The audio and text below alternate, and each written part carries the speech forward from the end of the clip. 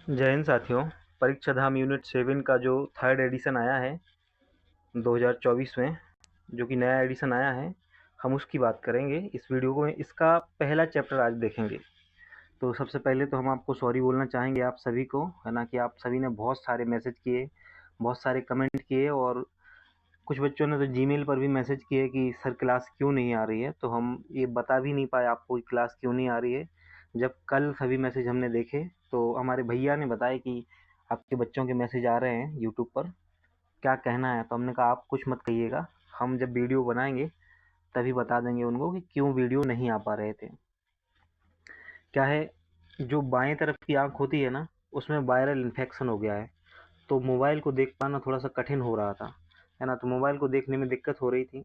एक दो बार तो प्रयास भी किया कि वीडियो को रिकॉर्ड करें, तो थोड़ी देर बैठ पाते और फिर नहीं हो पा रहा था। तो पहले सोचा कि आँख ठीक हो जाए। तो 20-21 तारीख से ही ये प्रॉब्लम हो रही थी, आपने देखा होगा।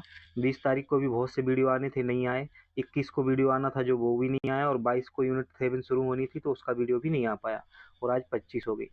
हम 22 तारीख को आनंदपुरा गए हुए थे, जहाँ पे आँखों का अस्पताल है। फिर वहाँ जाके दिखवाया इसको, और अब आराम है। तो हमने सोचा चलो वीडियो तो शुरू करते ही हैं, है ना, नहीं तो आप लोगों का नुकसान हो रहा है। तो एक बार फिर आपके लिए दिल से सॉरी बोलना चाहते हैं यार। हम नहीं चाहते कि आपका नुकसान हो, लेकिन हो जाता कभी कभी। तो इसमें हमारा जोर तो है नहीं, किसी वजह से इन्फेक्शन हो गया था आँख में, लेकिन अब ठीक है, अब चिंता की बात नहीं है। आते हैं अब हम क्लास पे आज की। तो ये परीक्षा धाम जो यूनिट 7 आती है ना, विज्ञान एवं पर्यावरण, ये उसका थर्ड एडिशन है, बिल्कुल लेटेस्ट। और ये हमारे नए सिलेबस के अकॉर्डिंग बनाया गया है। नए सिलेबस में जो यूनिट 7 है, पहले हम उसका पाठ्यक्रम देख लेते हैं। ये जो आप देख पा रहे हो स्क्रीन पर, ये पाठ्यक्रम है। और पाठ्यक्रम में जितने भी टॉपिक हैं ना, सारे के सारे हमारे इंडेक्स में यहाँ पे 13 टॉपिक दिए हुए हैं, और 13 ही टॉपिक वहाँ पे पाठ्यक्रम में शामिल हैं। हमारा जो पहला टॉपिक है, जीव विज्ञान की शाखाएं एवं प्रारंभ विज्ञान। तो आज के वीडियो में हम इसमें आप यही देखने को मिलेगा आपको, जीव विज्ञान की सभी शाखाओं को बहुत अच्छे से समझेंगे, और उसके प्रारंभिक ज्ञान को भी समझेंगे। जो लास्ट टाइम के सिलेबस में शामिल था, ये प्रारंभिक ज्ञान वही है। बाकी जीव विज्ञान की शाखाओं को नए रूप से शामिल किया गया है सिलेबस में, तो इनको हम बिल्कुल लेटेस्ट तरीके से देखेंगे और सभी महत्वपूर्ण चीज़ों को समझेंगे, जहाँ जहाँ से प्रश्न बनने की संभावना रहती है। अच्छा, आप एक वीडियो को लाइक दे दीजिए, है ना, और अपने दोस्तों में शेयर कर दीजिए, ताकि जो लोग जुड़े हुए थे और उनको लग रहा था कि क्लास नहीं आएगी, तो ऐसा नहीं है, क्लास तो आएगी, और आपका जो यूनिट 7 है कंप्लीट भी कराई जाएगी, तो उसकी चिंता नहीं करनी है। 13 वीडियो में क्लास कंप्लीट हो जाएगी, और इसमें 13 दिन ही लगने वाले हैं। तो एक एक करके हम सभी टॉपिकों को समझेंगे। आज ये हमारा पहला टॉपिक है, जीव विज्ञान की शाखाएं एवं प्रारंभिक ज्ञान। इससे हम शुरू करेंगे वीडियो को और देखेंगे, है ना। इसके एमसीक्यू भी इसी वीडियो में कंप्लीट होंगे, तो अलग से वीडियो नहीं आएगा एमसीक्यू के लिए। तो एमसीक्यू भी इसी वीडियो में, जैसे जो भी टॉपिक हम करते हैं ना कंप्लीट, उसके बाद उसके एमसीक्यू देख लिया करेंगे, ताकि आपके लिए भी अच्छा रहेगा और हमारे लिए भी अच्छा रहेगा। एमसीक्यू से क्या होता है, प्रैक्टिस करना बहुत ज़्यादा महत्वपूर्ण है। और एग्जाम से पहले पहले क्या करेंगे, एमसीक्यू का एक और वीडियो आएगा कंप्लीट एमसीक्यू, है ना, तो वो भी देख के जाना है आपको। साथ ही हम आपको यह भी जानकारी दे दें कि राष्ट्रीय करंट अफेयर्स का जो वन लाइनर करंट अफेयर्स है, उसके वीडियो भी आपको देखने को मिलेंगे। आपको यह भी जानकारी दे दें कि यूनिट 9 के कंप्लीट वीडियो डले हुए हैं। परीक्षा धाम यूनिट 9 की जो बुक होती है ना, उसको कंप्लीट करा दिया गया है, तो उसके कंप्लीट वीडियो डले हैं, साथ ही उसका मैराथन वीडियो भी डला है। और यूनिट 10 के वीडियो भी कंटिन्यू आ रहे हैं, अभी कुछ समय से नहीं आए हैं, 5-6 दिन से, तो अब लेकिन कंटिन्यू आपको देखने को मिलेंगे। शुरू करते हैं हम अपना पहला टॉपिक, जीव विज्ञान की शाखाएं एवं प्रारंभिक ज्ञान को। तो सीधे टॉपिक पर ही पहुंचते हैं। तो हमें देखना है विज्ञान की इसमें शाखाएं। तो इसमें हम देख रहे हैं पहले टॉपिक में जीव विज्ञान की शाखाएं। देखो, विज्ञान की शाखाओं को हमें 3 रूप से समझना है। एक तो हमें जीव विज्ञान की शाखाएं देखनी है, भौतिकी की शाखाएं देखनी है, और रसायन विज्ञान की शाखाओं को देखना है। इसमें इस टॉपिक में जीव विज्ञान की शाखाएं दी हुई हैं। सबसे पहले हम जीव विज्ञान की बात करेंगे, बायोलॉजी की बात करेंगे। क्या होती है बायोलॉजी, है ना। तो यह जो शब्द है बायोलॉजी शब्द, इस शब्द का प्रयोग सर्वप्रथम किया था लेमार्क ने और ट्रेविरेनस ने। किसने? लेमार्क और ट्रेविरेनस ने जीव विज्ञान शब्द का सर्वप्रथम प्रयोग किया था, बायोलॉजी शब्द का प्रयोग किया था। और इसके जनक के रूप में अरस्तु को जाना जाता है। किसको जाना जाता है? अरस्तु को जीव विज्ञान का जनक माना जाता है। इन्होंने ही जीव विज्ञान की, जो विज्ञान की एक शाखा के रूप में जीव विज्ञान को प्रस्तुत किया पहली बार, और यह फिर सबके लिए अलग से शाखा के रूप में पढ़ने में आया। तो याद रखना है आपको कि अरस्तु को जीव विज्ञान का जनक, और पहली बार इस शब्द का प्रयोग जो है बायोलॉजी शब्द का, लेमार्क और ट्रेविरेनस का नाम याद रखना है। अब हम जीव विज्ञान की शाखाओं पर आते हैं एक एक करके। तो सबसे पहले जो पहली शाखा है जीव विज्ञान की, उसको माइकोलॉजी कहा जाता है। क्या कहा जाता है? माइकोलॉजी कहा जाता है। माइकोलॉजी जो होता है ना, ये कवकों का अध्ययन होता है। कवकों के अध्ययन को माइकोलॉजी कहा जाता है। लिंक करके चीज़ों को समझें, क्योंकि जैसे माइकोलॉजी पढ़ रहे हैं, उसके बाद फाइकोलॉजी आएगा, और उसके बाद जो आएगा ना, इन सबसे संबंध होगा एक दूसरे में, तो उनको देखते जाना है।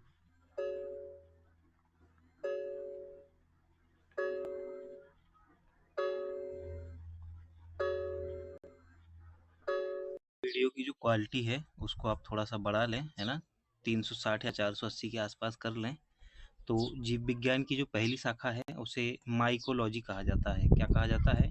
जीव विज्ञान की शाखा है एक माइकोलॉजी, जो कवकों का अध्ययन किया जाता है। इसमें किसका? कवकों का अध्ययन किया जाता है। कवक जो होता है ना, यूकेरियोटिक वर्ग एवं परपोषित जीव में शामिल है। किसमें? यूकेरियोटिक वर्ग और परपोषित जीव में शामिल है। इसके गुण जंतुओं एवं पादप से जरूर मिलते हैं, परंतु अधिकतर गुण पादप से मिलने के कारण इसे वनस्पति विज्ञान के अंतर्गत रखा गया है, और वनस्पति विज्ञान के अंतर्गत इसे जीव विज्ञान में शामिल किया गया है। इसकी शाखा के अंतर्गत माइकोलॉजी को शामिल किया गया है। यह परजीवी भी है और मृतोपजीवी भी है। इसकी कोशिका भित्ति जो है काइटिन की बनी होती है। देखो, कंटेंट तो हमें बहुत सारा मिलने वाला है हर एक शाखा में, तो हम जो महत्वपूर्ण चीज़ें हैं उनको विशेष रूप से याद रखेंगे। कवक के उदाहरण में आपको मशरूम, पेनिसिलियम और ईस्ट को याद रखना है। तो देखो, माइकोलॉजी में आपको जो याद रखना है, पहला तो यही याद रखना है कि यह कवकों का अध्ययन है। उसके बाद विशेष रूप से याद रखना है कि जो कोशिका भित्ति होती है कवकों की, ये काइटिन की बनी होती है। किसकी? काइटिन की बनी होती है कोशिका भित्ति। ये यूकेरियोटिक वर्ग में आता है, और इसके उदाहरण में मशरूम, पेनिसिलियम और ईस्ट याद रखना है। दूसरी जो जीव विज्ञान की शाखा है उसमें आपको फाइकोलॉजी याद रखना है। कौन सा? फाइकोलॉजी। ये शैवालों के अध्ययन से संबंधित है। किससे? शैवालों के अध्ययन से। तो माइकोलॉजी कवक और फाइकोलॉजी शैवाल। शैवाल जो होते हैं, क्लोरोफिल में पाया जाता है शैवाल, है ना, और यह सामान्यतः नमी स्थल और समुद्र में जल में पाए जाते हैं। वर्णक के आधार पर ये 3 प्रकार के होते हैं। इनके प्रकार विशेष रूप से आपको याद रखने हैं: हरा शैवाल, लाल शैवाल और भूरा शैवाल। बस नाम याद रखने, और जरूरत नहीं है किसी चीज़ को याद रखने की। शैवालों से संबंधित परीक्षा उपयोगी तथ्यों की बात करें तो अंतरिक्ष शैवाल के नाम से क्लोरेला को जाना जाता है। किसको? क्लोरेला जो शैवाल है, इसको अंतरिक्ष शैवाल के नाम से जाना जाता है। और जो सबसे बड़े आकार के शैवाल हैं उनको मैक्रोसिस्ट कहा जाता है। क्या कहा जाता है? मैक्रोसिस्ट जो हैं वो सबसे बड़े आकार के शैवाल होते हैं। कछुए की पीठ पर जो शैवाल पाए जाते हैं उनको प्रोटोडर्मा कहा जाता है। क्या कहा जाता है? प्रोटोडर्मा जो है कछुए की पीठ पर पाए जाते हैं शैवाल। और जो क्लाडोफोरा होते हैं ये घोंघे की पीठ पर पाए जाते हैं। हाइड्रा के अंदर पाए जाने वाले शैवाल को जू क्लोरेला कहा जाता है। क्या कहा जाता है? हाइड्रा जो होता है ना, उसके अंदर जो शैवाल पाया जाता है उसे जू क्लोरेला कहा जाता है। आइसक्रीम बनाने में उपयोगी शैवाल अगर अगर है, तो आइसक्रीम जब बनाई जाती है तो उसमें भी शैवाल का प्रयोग होता है। और वह कौन सा शैवाल है? अगर अगर शैवाल है। समुद्री सलाद के नाम से प्रसिद्ध अलवा। कौन सा? अलवा। समुद्री सलाद के नाम से कौन सा शैवाल प्रसिद्ध है? पूछा जाएगा सीधा, तो अलवा है। ये बहुत ही महत्वपूर्ण है, इसको मोस्ट इंपोर्टेंट लगा के चलिएगा आप। भूमि को उपजाऊ बनाने वाला शैवाल नोस्टक है। तो भूमि को जो उपजाऊ बनाए रखता है वो शैवाल होता है नोस्टक। और भालू के ऊपर पाए जाने वाले शैवाल को स्लॉथ कहा जाता है। क्या कहा जाता है? स्लॉथ कहा जाता है। कुछ अन्य जानकारी और देखें तो सप्त शैवाल के नाम से प्रसिद्ध शैवाल यूमेटस है। और आयोडीन के निर्माण में सहायक शैवाल जो है लेमिनेरिया है। कौन सा है? लेमिनेरिया है।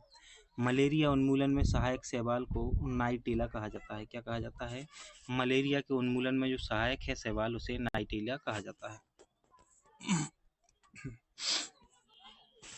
अब हम आते हैं जीव विज्ञान की तीसरी शाखा पर, जिसे लाइकेनोलॉजी कहा जाता है। इसे लाइकेनोलॉजी जो है लाइकेन का अध्ययन कहलाता है।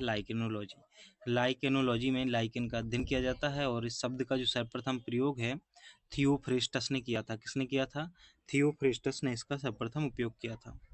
कवक और शैवाल के बीच कड़ी का कार्य करते हैं लाइकेन, और यह लिटमस पेपर जो होता है वो लाइकेन के बने होते हैं। तो ये पूछा जा सकता है कि लिटमस पेपर लाइकेन के बने होते हैं। सबसे महत्वपूर्ण पॉइंट इसमें यही है लाइकेनोलॉजी में कि लाइकेन जो है वायु प्रदूषण के सबसे अच्छे सूचक माने जाते हैं। जहाँ वायु प्रदूषण अधिक होता है वहाँ लाइकेन नहीं उगते हैं। तो जहाँ लाइकेन नहीं उग रहे हैं, इससे अंदाज़ा लगाया जा सकता है कि यहाँ पर क्या है, लाइकेन नहीं पाए जा रहे हैं अगर, तो वायु प्रदूषण अधिक होगा। और जहाँ लाइकेन पाए जाते हैं वहाँ वायु प्रदूषण कम होता है।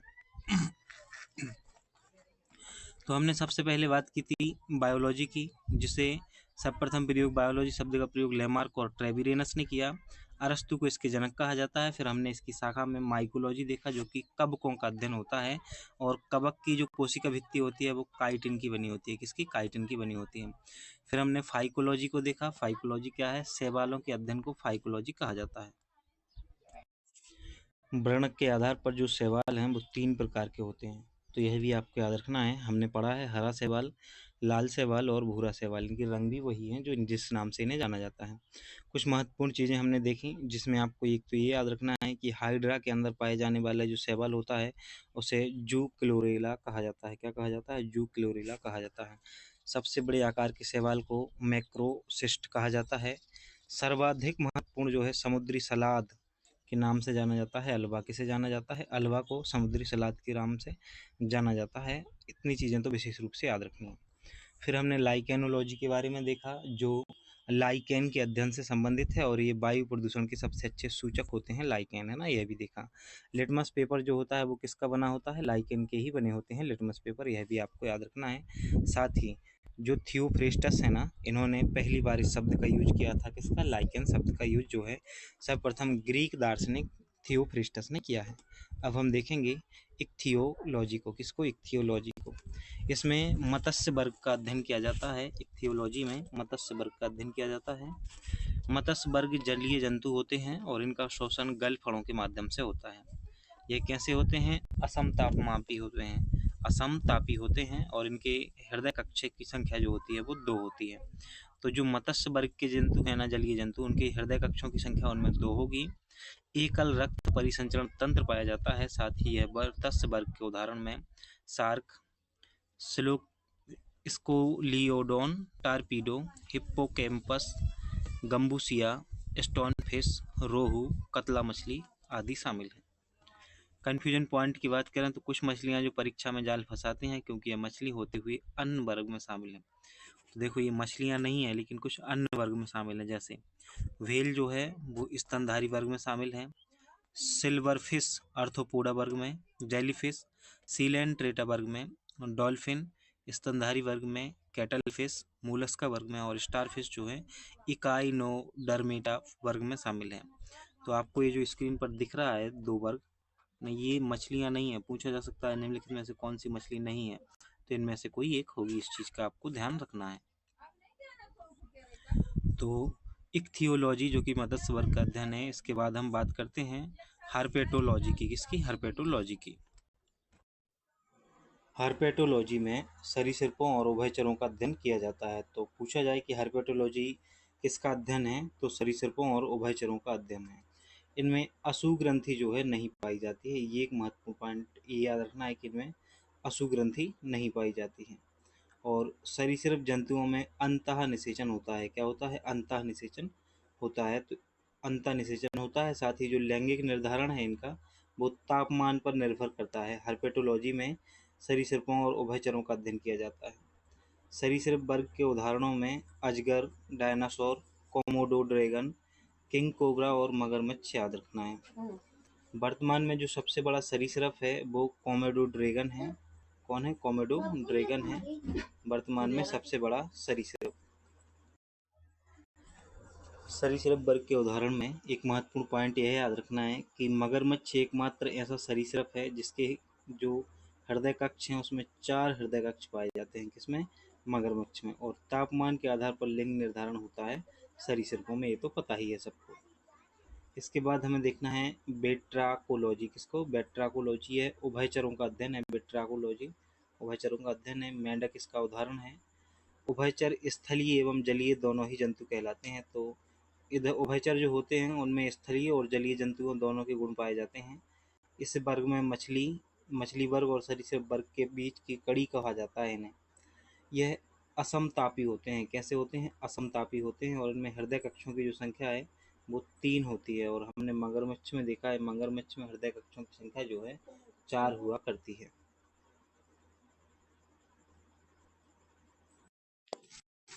उभयचर के उदाहरण में आपको याद रखना है, मेंढक का जो वैज्ञानिक नाम होता है राना टिगरीना मेंढक का वैज्ञानिक नाम होता है, और इसका जो बच्चा होता है मेंढक का उसको टेडपोल बोला जाता है। हाइला भी जो है उभयचर का उदाहरण है, हाइला। तो हमने देखा कि बेट्राकोलॉजी जो है वो उभयचरों का अध्ययन है। क्या बेट्राकोलॉजी? इससे पहले हमने देखा था हर्पेटोलॉजी, ये सरीसृपों और उभयचरों का अध्ययन है। अब हम बात करते हैं ऑर्निथोलॉजी की। ऑर्निथोलॉजी जो है इसमें पक्षियों का अध्ययन किया जाता है। किसका अध्ययन किया जाता है? ऑर्निथोलॉजी में पक्षियों का अध्ययन किया जाता है, और इनमें हृदय के कक्ष जो हैं 4 कक्ष हुआ करते थे, और पक्षी जो हैं फेफड़ों से श्वसन करते हैं। आपको सीधा सा हम बताएं कि जो भी फेफड़ों से श्वसन करते हैं ना, उनमें 4 कक्षीय हृदय ही देखने को मिलेगा। अभी हम असमतापी देखते आ रहे थे, लेकिन ये जो पक्षी होते हैं ये समतापी होते हैं। कैसे होते हैं? समतापी होते हैं। इनका अग्रपाद यानी कि सामने वाला पैर जो है वो पंखों में रूपांतरित होता है, इसलिए इनके 2 ही पैर होते हैं, 2 नहीं होते हैं। पक्षी वर्ग का वर्गीकरण देखें तो पहला वर्गीकरण है पैलियोगायनेथी। ऐसे पक्षी जो उड़ नहीं सकते, जैसे शतुरमुर्ग हो गया, कीवी हो गया, यमू हो गया, ये पैलियोगायनेथी के अंतर्गत आते हैं। ये पक्षी उड़ नहीं पाते हैं। लेकिन नेओगायनेथी के अंतर्गत जो आते हैं ये पक्षी उड़ सकते हैं। नेओगायनेथी, तो पेलियो लिखा हो मतलब उड़ नहीं पाएंगे, और नेओ मतलब उड़ सकते हैं। सबसे तेज दौड़ने वाला पक्षी है शतुरमुर्ग। कौन सा है? ये सबसे तेज दौड़ पाता है। वहीं सबसे तेज उड़ने वाला पक्षी है स्विफ्ट। कौन सा है? स्विफ्ट पक्षी जो है वो सबसे तेज दौड़ता है, माफ कीजिएगा, उड़ता है। उल्टा उड़ने वाला पक्षी है हमिंग बर्ड, और विश्व का सबसे छोटा पक्षी है हमिंग बर्ड। ये उल्टा भी उड़ता है और विश्व का सबसे छोटा पक्षी भी है। वहीं विश्व का जो सबसे बड़ा पक्षी है वो शतुरमुर्ग है, और शतुरमुर्ग क्या करता है? सबसे तेज दौड़ने वाले पक्षियों में शामिल है।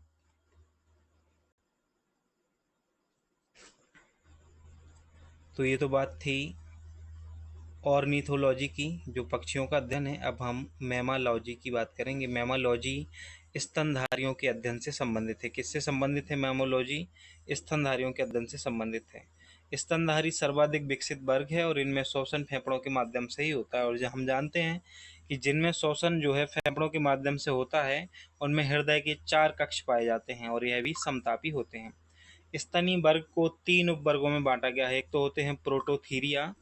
प्रोटोथीरिया ऐसे स्तनधारी होते हैं जो अंडे देते हैं। उदाहरण के लिए एकिडिना और प्लेटिप्स इसके उदाहरण हैं प्रोटोथीरिया के। वहीं दूसरा वर्गीकरण है मेटाथीरिया। ऐसे स्तनधारी जो अपरिपक्व बच्चों को जन्म देते हैं। उदाहरण के लिए कंगारू। और यूथीरिया ऐसे स्तनधारी जो पूर्ण विकसित शिशुओं को जन्म देते हैं, जैसे मानव। तो हमने मेमोलॉजी देखा जिसमें स्तनधारियों का अध्ययन होता है, और इसमें यूथीरिया जो है तीसरा वर्ग, इसके अंतर्गत मानव शामिल होता है, क्योंकि यह पूर्ण विकसित बच्चों को जन्म देता है। वहीं प्रोटोथीरिया अंडे वाले जानवरों को कहा जाता है, और मेटाथीरिया के अंतर्गत अपरिपक्व बच्चों को जन्म देने वाले स्तनधारियों को शामिल किया जाता है। सबसे बड़ा स्थलीय स्तनधारी जंतु जो है, स्थलीय की बात हो रही है तो स्थलीय जंतु जो है वो हाथी है स्तनधारियों में। वहीं सबसे बड़ा स्तनधारी जंतु की बात की जाए पूरे विश्व में तो ये है व्हेल मछली, और सबसे बड़ा स्तनधारी जलीय जंतु भी व्हेल मछली ही है। एंथो एंथोलॉजी जो है ये पुष्पों का अध्ययन एंथोलॉजी कहलाती है। क्या कहलाती है? पुष्पों का अध्ययन एंथोलॉजी कहलाती है। पुष्प का मुख्य कार्य पौधों के लिए प्रजनन और बीज का निर्माण करना है। विश्व का सबसे बड़ा पुष्प रेफलेसिया अर्नोडाई है। कौन सा है विश्व का सबसे बड़ा पुष्प? रेफलेसिया अर्नोडाई जो है वो विश्व का सबसे बड़ा पुष्प है। वहीं विश्व का सबसे छोटा पुष्प जो है वो बोल्फिया है। क्या है? बोल्फिया विश्व का सबसे छोटा पुष्प है। पुष्प के 4 मुख्य भाग होते हैं। एक तो होता है जायांग, और एक होता है बाह्य दलपुंज, एक होता है दलपुंज, और एक होता है पुमंग। ये पुष्प के 4 जो मुख्य भाग होते हैं आपको याद रखने हैं, जायांग, बाह्य दलपुंज, दलपुंज और पुमंग।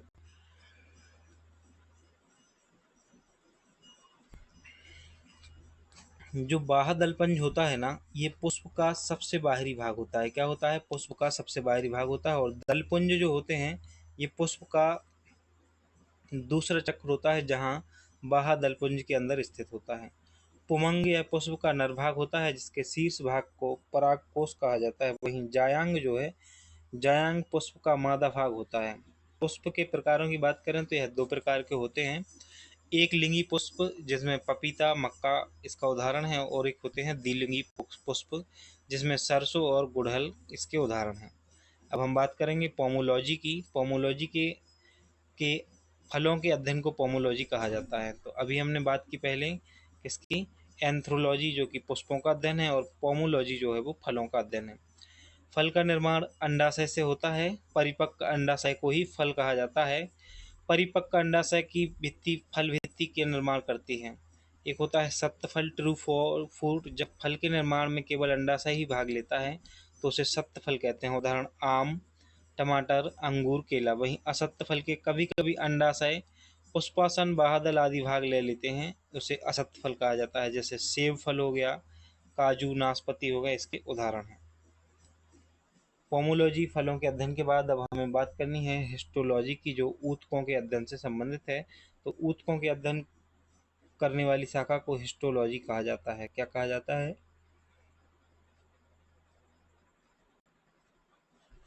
हिस्टोलॉजी। हिस्टोलॉजी जो है ये ऊतकों का अध्ययन करने वाली शाखा को हिस्टोलॉजी कहा जाता है। तो अगर पूछा जाए कि ऊतकों के अध्ययन करने वाली शाखा को क्या कहा जाता है, तो हिस्टोलॉजी कहा जाता है। इससे संबंधित प्रीलिम्स फैक्ट देखें तो एक ही प्रकार की संरचना और कार्य करने वाली कोशिकाओं के समूह को ऊतक कहा जाता है। तो ऊतक वह कहलाते हैं जो एक ही प्रकार की संरचना होती है जिनकी, और एक ही प्रकार के कार्य करते हैं। ऐसी कोशिकाओं के समूह को क्या कहा जाता है? ऊतक कहा जाता है। ऊतक शब्द का जो सर्वप्रथम प्रयोग है बिसेट ने किया था। इन्होंने किया था? तो ऊतक शब्द का सर्वप्रथम प्रयोग बिसेट ने किया है। और जाइलम जो है, जाइलम का मुख्य कार्य जल और खनिजों का संवहन करना होता है। वहीं फ्लोएम जो होता है ना, इसका मुख्य कार्य है पत्तियों द्वारा तैयार भोजन को पौधों के विभिन्न भागों तक पहुंचाना। तो देखो, पत्तियों के द्वारा जो भोजन तैयार किया जाता है पौधों के द्वारा, उसको पौधे के विभिन्न भागों में पहुंचाने का काम फ्लोएम करता है। वहीं जो खनिज और जल का संवहन करने का कार्य है वो जाइलम के द्वारा किया जाता है। ये ऊतक के उदाहरण हैं। अगली जो शाखा है उसे अनुवंशिकता कहा जाता है, जैसे हमें विस्तार से भी आगे वाले चैप्टर में पढ़ना है। अनुवंशिकता, वंशागत लक्षणों का अध्ययन अनुवंशिकता कहलाता है। क्या कहलाता है? तो जो वंशागत लक्षण होते हैं उनके अध्ययन को ही अनुवंशिकता कहा जाता है। ग्रेगर जॉन मेंडल के अनुवांशिकता का जनक कहा जाता है। इनका वास्तविक नाम योहान था। किन्हों का? ग्रेगर जॉन मेंडल का। इन्हीं को अनुवांशिकता का जनक कहा जाता है। ग्रेगर जॉन मेंडल ने 1857 में मेंडल के नियमों का प्रतिपादन किया है, और मेंडल के अपने प्रयोग के लिए मटर के पौधे का उपयोग किया है। तो अनुवांशिकता के प्रयोग के लिए जो ग्रेगर जॉन मेंडल है, इन्होंने पहली बार किसका प्रयोग किया? मटर के पौधे का प्रयोग किया है। अनुवांशिकता के सिद्धांत के अनुसार एक पीढ़ी के लक्षण दूसरी पीढ़ी में स्थानांतरित होते हैं। ये अनुवांशिकता का जो सिद्धांत है कहता है। अगली जो जीव विज्ञान की शाखा है उसे विषाणु विज्ञान कहते हैं, वायरोलॉजी कहा जाता है। विषाणुओं के अध्ययन को विषाणु विज्ञान एवं वायरोलॉजी कहा जाता है। विषाणु विज्ञान की खोज रूसी वनस्पतिक वैज्ञानिक इवानोवस्की द्वारा की गई थी। तो पूछा जाए कि विषाणु विज्ञान की खोज किसने की, तो इवानोवस्की ने विषाणु विज्ञान की खोज की थी।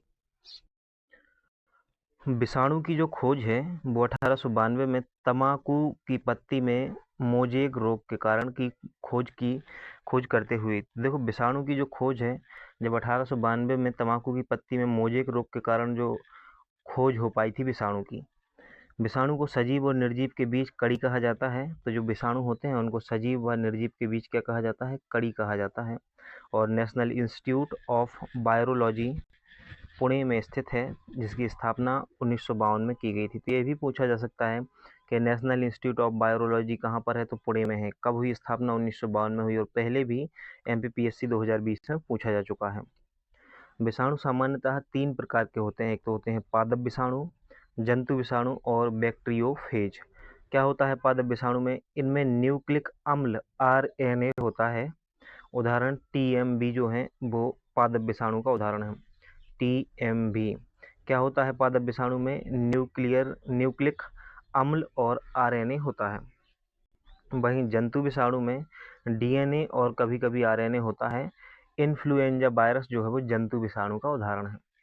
बैक्टीरियोफेज की बात करें तो केवल जीवाणुओं के ऊपर आश्रित होते हैं बैक्टीरियोफेज। इनमें न्यूक्लिक अम्ल के रूप में DNA पाया जाता है। उदाहरण टीफेज। उदाहरण क्या है इसका? उदाहरण है इसका टीफेज। जीवाणु विज्ञान की बात करेंगे, है ना। तो अभी हमने देखा विषाणु विज्ञान को, वायरोलॉजी को, अब हम देखेंगे जीवाणु विज्ञान को, बैक्टीरियोलॉजी को।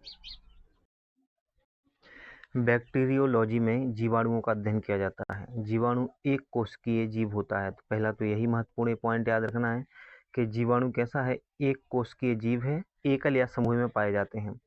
जीवाणु की जो खोज है वो ल्यूवेनहॉक के द्वारा की गई थी। ये बहुत ही महत्वपूर्ण पॉइंट है कि जीवाणु की खोज किसने की? तो हॉलैंड के वैज्ञानिक ल्यूवेनहॉक ने 1683 में की थी।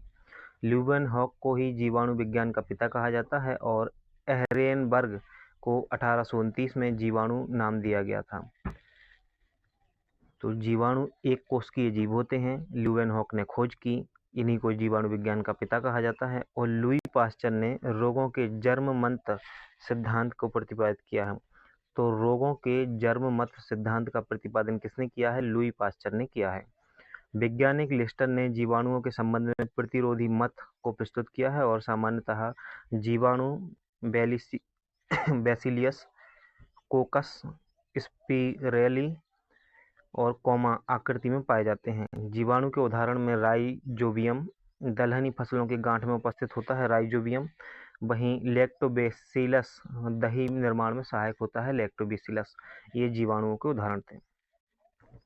अब हम जंतु विज्ञान से संबंधित कुछ अन्य शाखाओं को देखेंगे। सबसे पहले तो जूलॉजी की बात करेंगे। जूलॉजी जंतु विज्ञान जो है, इसमें जीवित एवं मृत जानवरों का अध्ययन होता है। ओफियोलॉजी या सर्पेंटोलॉजी जो है, इसमें सांपों का अध्ययन या सरीसृप विज्ञान का अध्ययन किया जाता है, ओफियोलॉजी या सर्पेंटोलॉजी में।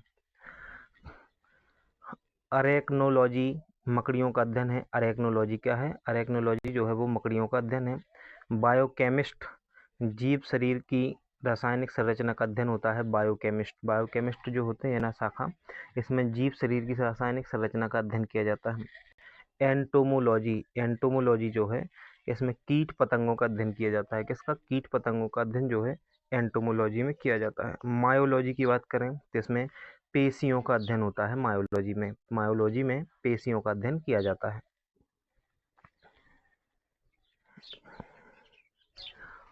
ऑस्टियोलॉजी की बात करें तो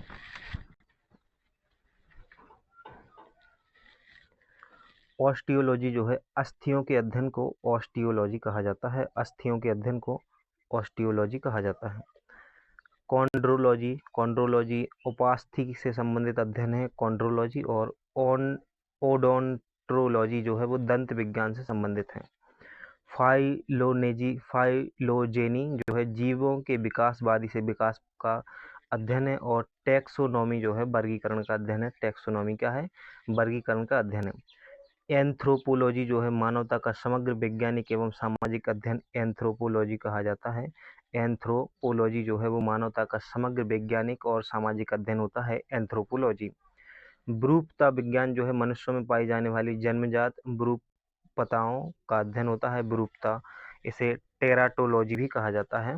और डर्मेटोलॉजी जो है त्वचा का अध्ययन होता है, डर्मेटोलॉजी क्या होता है? त्वचा का अध्ययन कहलाता है, डर्मेटोलॉजी।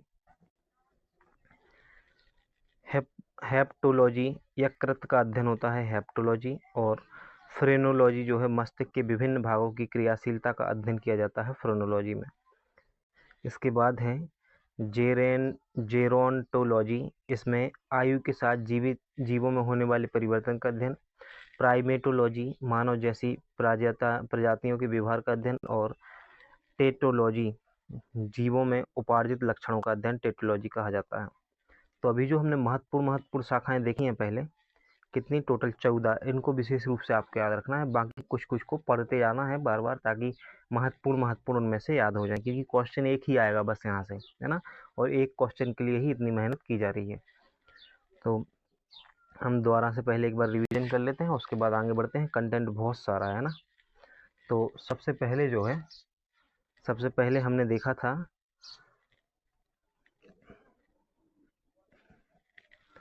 जीव विज्ञानकों की बायोलॉजी क्या है। हमने देखा कि लेमार्क और ट्रेविरेनस ने जो बायोलॉजी शब्द है इसको गढ़ा, और अरस्तु जो हैं इसके जनक कहलाते हैं, क्योंकि इन्होंने ही इसे विज्ञान की एक शाखा के रूप में स्थापित किया था। फिर हम माइकोलॉजी पर आए और हमने देखा कि माइकोलॉजी जो है वो कवकों का अध्ययन है। किसका है? माइकोलॉजी, कवक का अध्ययन होता है माइकोलॉजी। कवक वर्ग जो है यूकेरियोटिक और परपोषित जीव शामिल होते हैं, तो कवक वर्ग में यूकेरियोटिक और परपोषित जीव शामिल होते हैं। हमने देखा कि जो कवक की कोशिका भित्ति होती है ये काइटिन की बनी होती है। किसकी बनी होती है? काइटिन की बनी होती है कवक की कोशिका भित्ति। तो माइकोलॉजी के बाद फिर हम आए थे फाइकोलॉजी पर, जिसमें शैवालों का अध्ययन किया जाता है। फाइकोलॉजी में शैवालों का अध्ययन किया जाता है और इसमें क्लोरोफिल पाया जाता है। शैवालों में क्लोरोफिल पाया जाता है, और ये 3 प्रकार के देखे थे वर्ण के आधार पर: हरा शैवाल, लाल शैवाल और भूरा शैवाल। शैवालों से संबंधित कुछ महत्वपूर्ण चीज़ों को देखा था, जिसमें सर्वाधिक महत्वपूर्ण आपको याद रखना है, समुद्री सलाद के रूप में जाना जाता है अल्वा को। किसे जाना जाता है? समुद्री सलाद के रूप में जाना जाता है अल्वा को। और मलेरिया के उन्मूलन में जो शैवाल का यूज किया जाता है उसे नाइटेला कहा जाता है। लाइकेनोलॉजी नाम से ही समझ जाओगे कि लाइकेन का अध्ययन है, और लाइकेन शब्द का प्रयोग थियोफ्रिस्टस ने किया था सबसे पहले। किसने? थियोफ्रिस्टस ने।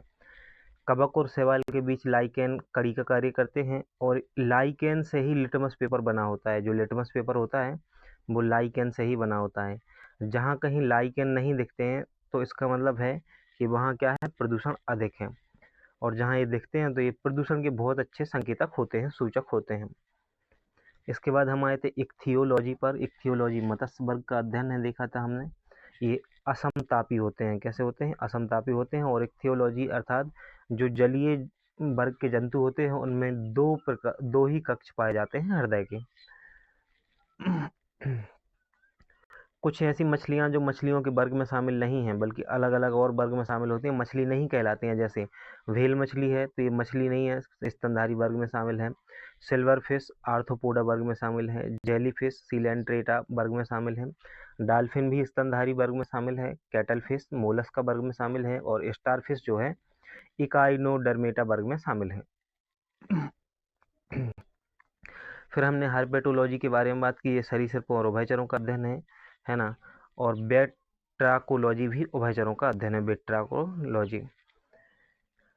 हमने मेंढक के बारे में देखा था। मेंढक जो कि एक उभयचर है ना। इसका वैज्ञानिक नाम राना टिगिराना ये याद रखना है आपको। इसे टेडपोल भी कहा जाता है इसके बच्चों को।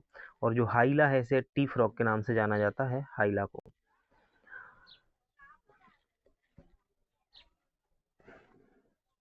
ऑर्निथोलॉजी जो है ये पक्षियों का अध्ययन है। तो 7वें क्रम पर हमने ऑर्निथोलॉजी को देखा था। ये पक्षियों का अध्ययन है, और पक्षियों में ये फेफड़ों के द्वारा शोषण करते हैं, अर्थात इनमें 4 कक्षीय हृदय होता है और फेफड़ों के माध्यम से शोषण करते हैं। जो पक्षी वर्ग होते हैं ऑर्निथोलॉजी में जिनका अध्ययन किया जाता है उनमें 4 कक्ष होते हैं हृदय के, और वह फेफड़ों से शोषण किया करते हैं। यह समतापी होते हैं। कैसे होते हैं? समतापी होते हैं। इनका अग्रपाद पंखों के रूप में रूपांतरित हो जाता है।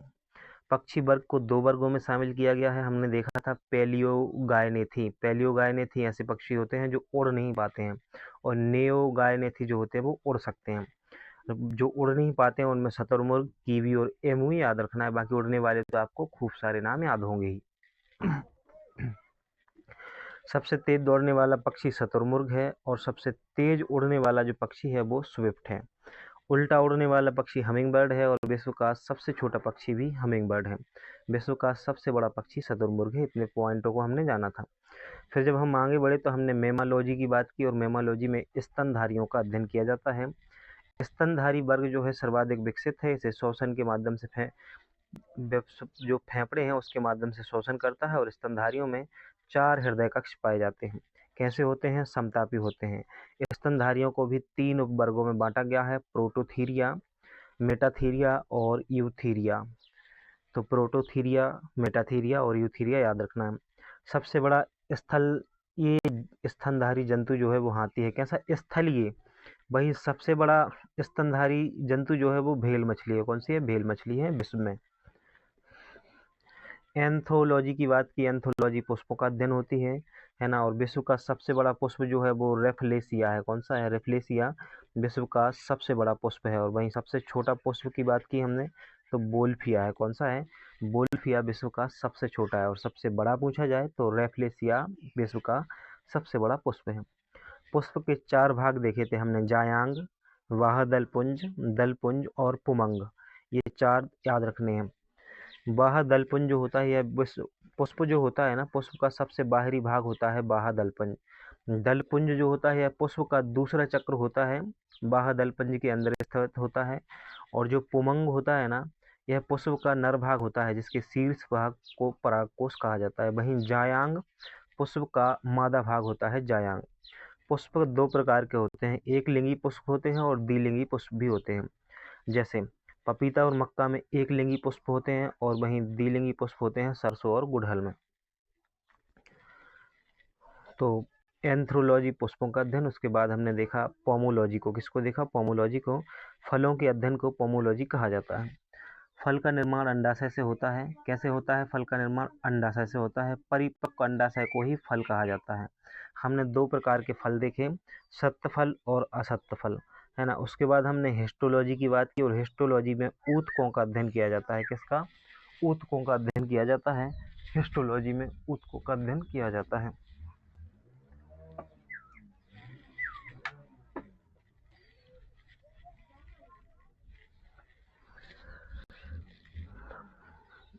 ऊतकों के उदाहरण में हमने जाइलम देखा और फ्लोएम देखा।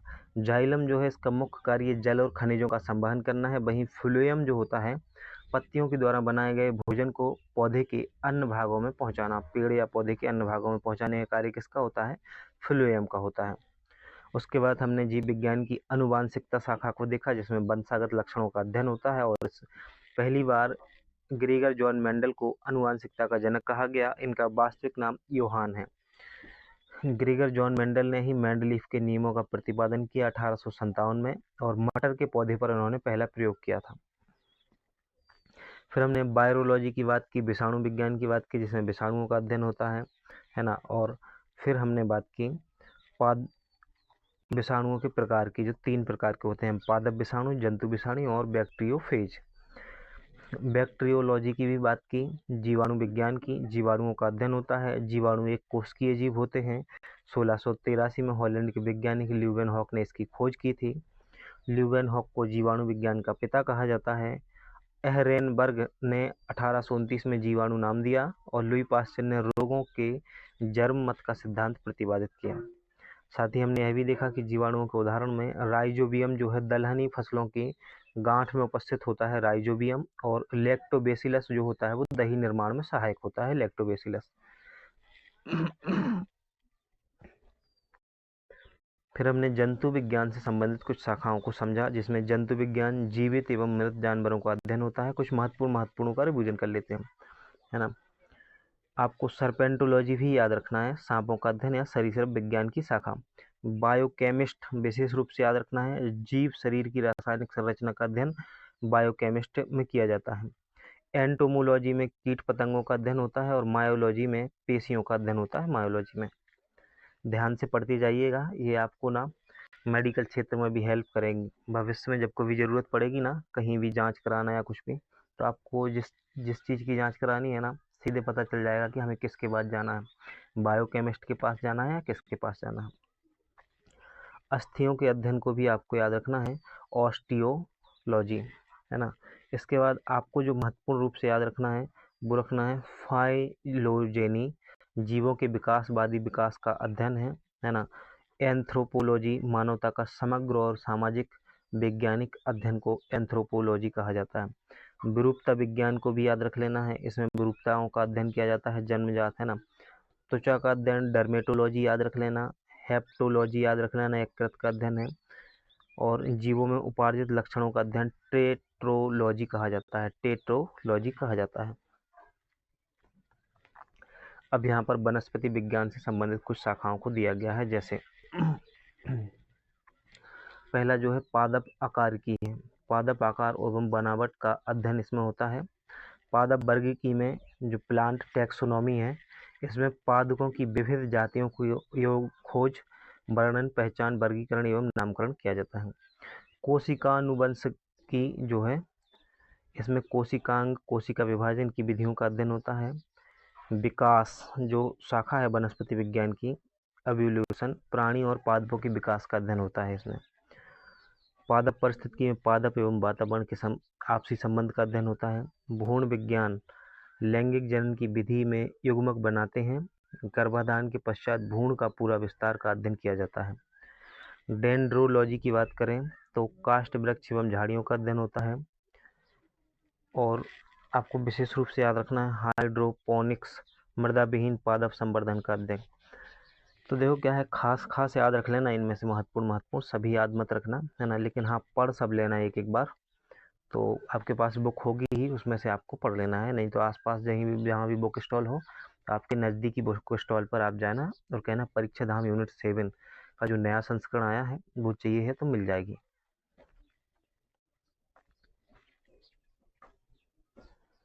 यहाँ पे कुछ अन्य महत्वपूर्ण शाखाएं दी गई हैं। जब किसी विशिष्ट संस्कृति का अध्ययन किया जाता है तो उसे हम इथनोग्राफी कहते हैं। क्या कहते हैं? इथनोग्राफी कहते हैं। जब किसी विशिष्ट संस्कृति का अध्ययन किया जाता है तो हम उसे इथनोग्राफी कहते हैं। इसके बाद जो आपको याद रखना है एपिग्राफी। क्या? एपिग्राफी शिलालेखों का अध्ययन। ये हिस्ट्री में भी पूछा जा सकता है और ऐसे भी पूछा जा सकता है, तो ऐसे आपको याद रख लेना है। हिस्ट्री में भी आ सकता है और इसमें तो पूछा ही जा सकता है, क्योंकि हम इसमें पढ़ भी रहे हैं। एपिग्राफी शिलालेखों का अध्ययन जो होता है वो एपिग्राफी कहलाता है। इसके बाद जो आपको विशेष रूप से याद रखना है, मानवीय सुंदरता का अध्ययन कैलोलॉजी कहा जाता है। क्या कहा जाता है? कैलोलॉजी कहा जाता है मानवीय सुंदरता का अध्ययन। होलोग्राफी जो है, होलोग्राफी ये किसी वस्तु का त्रिविमीय चित्र होता है, होलोग्राफी। और क्रोनोलॉजी जो है समय व अवधि का अध्ययन क्रोनोलॉजी होता है। होरोलॉजी समय का मापन विज्ञान है, होरोलॉजी। तो होलोग्राफी आपको याद रखना है, किसी वस्तु का त्रिविमीय 3D चित्र जो है वो होलोग्राफी कहलाता है। विभिन्न वर्गों के बीच जो कड़ियों का काम करते हैं उनमें आपको याद रखना है युगलीना। युगलीना ये जंतु और पादप के बीच कड़ी का कार्य करते हैं, और जो विषाणु होते हैं सजीव और निर्जीव के बीच कड़ी का कार्य करते हैं विषाणु। आर्कियोप्टेरिक्स सरीसृपों और पक्षियों के बीच कड़ी का कार्य करते हैं। प्रोटीरोस्पोंजिया प्रोटोजोआ और पोरीफेरा के बीच कड़ी का कार्य करते हैं। नियोप्लिना जो है यह मोलस्का और एनीलिडा के बीच जो कड़ी का कार्य करते हैं। पेरिपेटस एनालिडा और आर्थ्रोपोडा के बीच कड़ी का कार्य करते हैं। प्रोटोथीरिया सरीसृप और स्तनधारियों के बीच कड़ी का कार्य करते हैं। और बेलेनोग्लोसस अकशेरुकी और कशेरुकी के बीच कड़ी का कार्य करते हैं। तो देखो विशेष रूप से आपको 3-4 ही याद रखना है। एक तो युगलीना जंतु और पादप के बीच, विषाणु सजीव और निर्जीव के बीच, है ना, पेरिपेटस एनिलिडा और आर्थ्रोपोडा के बीच, प्रोटोथीरिया सरीसृप और स्तनधारियों के बीच, और बेलेग्नोलोसस जो है वो अकेरुसी और कशेरुकी के बीच जो है कड़ी का कार्य करते हैं। जंतु विज्ञान जीव विज्ञान से संबंधित विभिन्न शाखाएं और उनके जो जनक हैं, तो जीवाश्मी के जनक लियोनार्डो दा विंची को कहा जाता है जीवाश्मी के जनक। और आधुनिक वनस्पति विज्ञान जो है इसके जनक कहा जाता है लीनियस को। आधुनिक वनस्पति जो विज्ञान है इसके जनक कहा जाता है लीनियस को। प्रतिरक्षा विज्ञान एडवर्ड जेनर। प्रतिरक्षा विज्ञान के जनक कौन है? Edward Jenner. और चिकित्सा शास्त्र जो है हिप्पोक्रेटस को चिकित्सा शास्त्र का जनक कहा जाता है। चिकित्सा शास्त्र का जनक हिप्पोक्रेटस को, कवक विज्ञान का जनक माइकेली को, और जीवाणु विज्ञान का जनक रॉबर्ट कोच को कहा जाता है। सूक्ष्म जीव विज्ञान जो है वो लुई पास्चर, और भारतीय बायोलॉजी का जो जनक है एस आर कश्यप को कहा जाता है। ये सारे के सारे नाम जो हैं बहुत ही महत्वपूर्ण है और यहाँ से कहीं से भी प्रश्न देखने को मिल सकता है।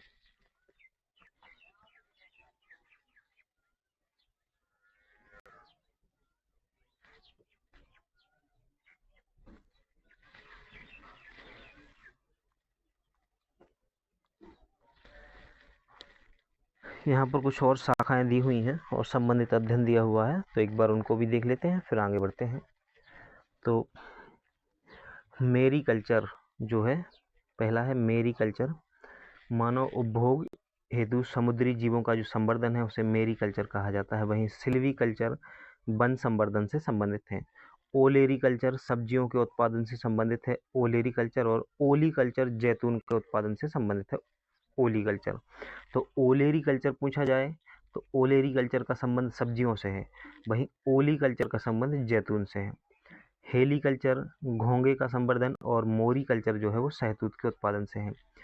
सेरीकल्चर बहुत ही महत्वपूर्ण रेशम कीट पालन से है, सेरीकल्चर का संबंध।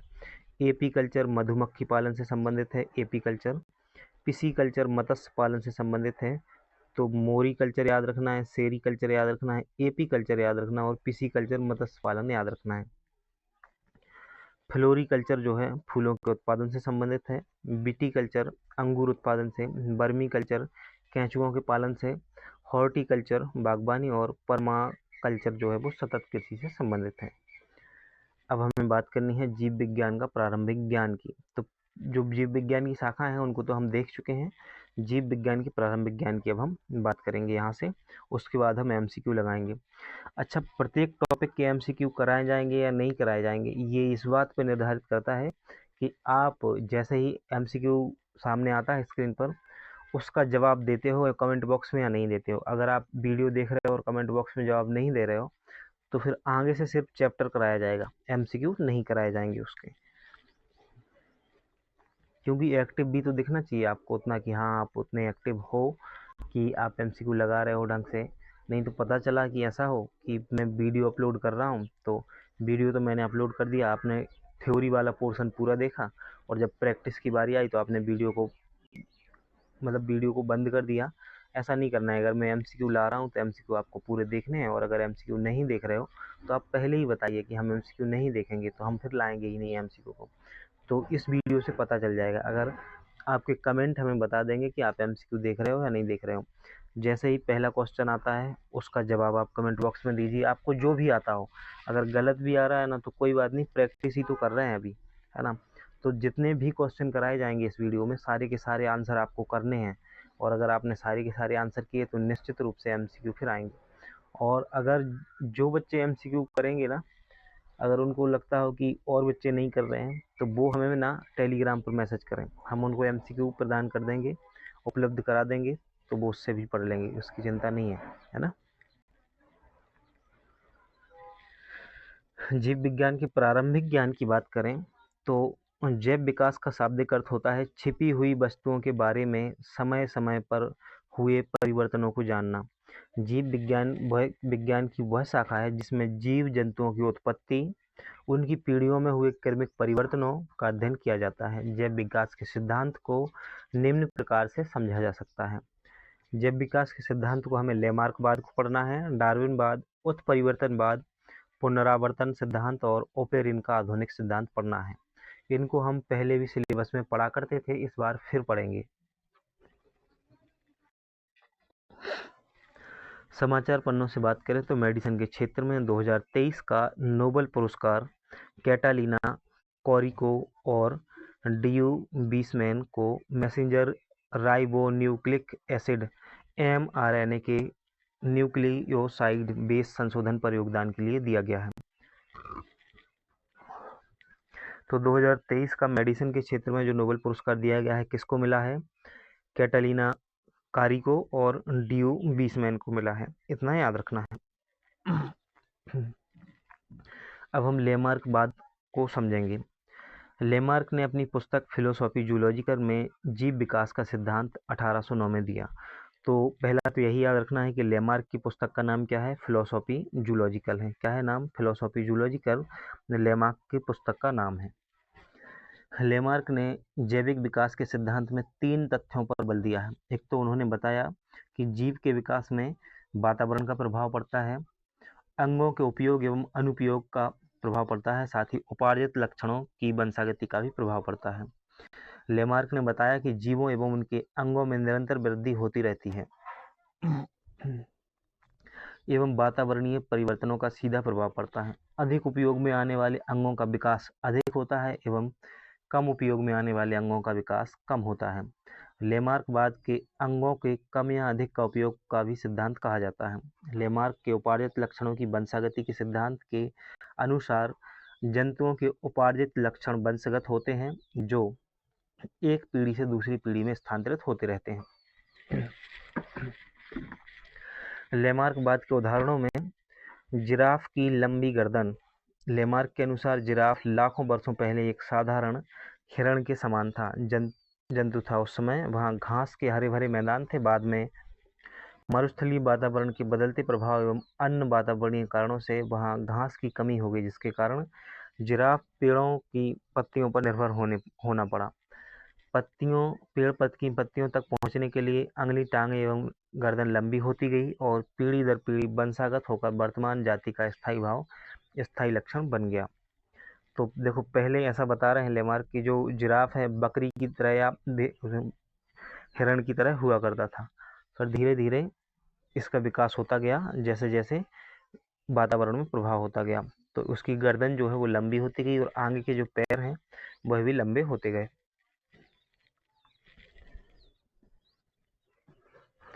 अन्य उदाहरणों में सर्पों में पैर का ना होना भी इसका ही उदाहरण है लेमार्कवाद का। बतख पक्षी में जल युक्त पाद का होना, खरगोश व कुत्ते की कान की पेशियों का अधिक विकसित होना भी लेमार्कवाद का उदाहरण है। अब हम डार्विनवाद की बात करेंगे। तो डार्विनवाद जो है, अंग्रेज वैज्ञानिक चार्ल्स रॉबर्ट डार्विन ने जैव विकास के सिद्धांत को उनकी पुस्तक द ओरिजिन ऑफ स्पीसीज जो है में व्यक्त किया है। तो डार्विनवाद कहाँ पढ़ने को मिलेगा आपको? द ओरिजिन ऑफ स्पीसीज में मिलेगा। ये किसकी पुस्तक है? रॉबर्ट डार्विन की पुस्तक है। इसे डार्विनवाद को प्राकृतिक चयनवाद के सिद्धांत के रूप में भी जाना जाता है, थ्योरी ऑफ नेचुरल सिलेक्शन के नाम से जाना जाता है। डार्विन के सिद्धांत को निम्नलिखित मतों से समझा गया है। जीवित जीवों के बीच संघर्ष, अधिक मात्रा में जीवों द्वारा संतानोत्पत्ति और उत्तरजीविता, योग्यतम की उत्तरजीविता का सिद्धांत ये इन्होंने दिया है। किन्होंने दिया है? डार्विनवाद ने दिया है। 3 सिद्धांत दिए हैं डार्विन ने, अपने मतों को 3 रूप में व्यक्त किया है।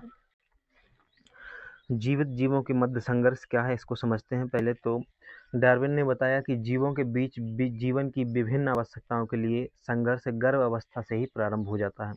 यह संघर्ष उनकी मृत्यु तक कभी आवास, भोजन व वर्चस्व के लिए चलता रहता है। इस संघर्ष में भी कुछ जीव हार जाते हैं और समाप्त हो जाते हैं।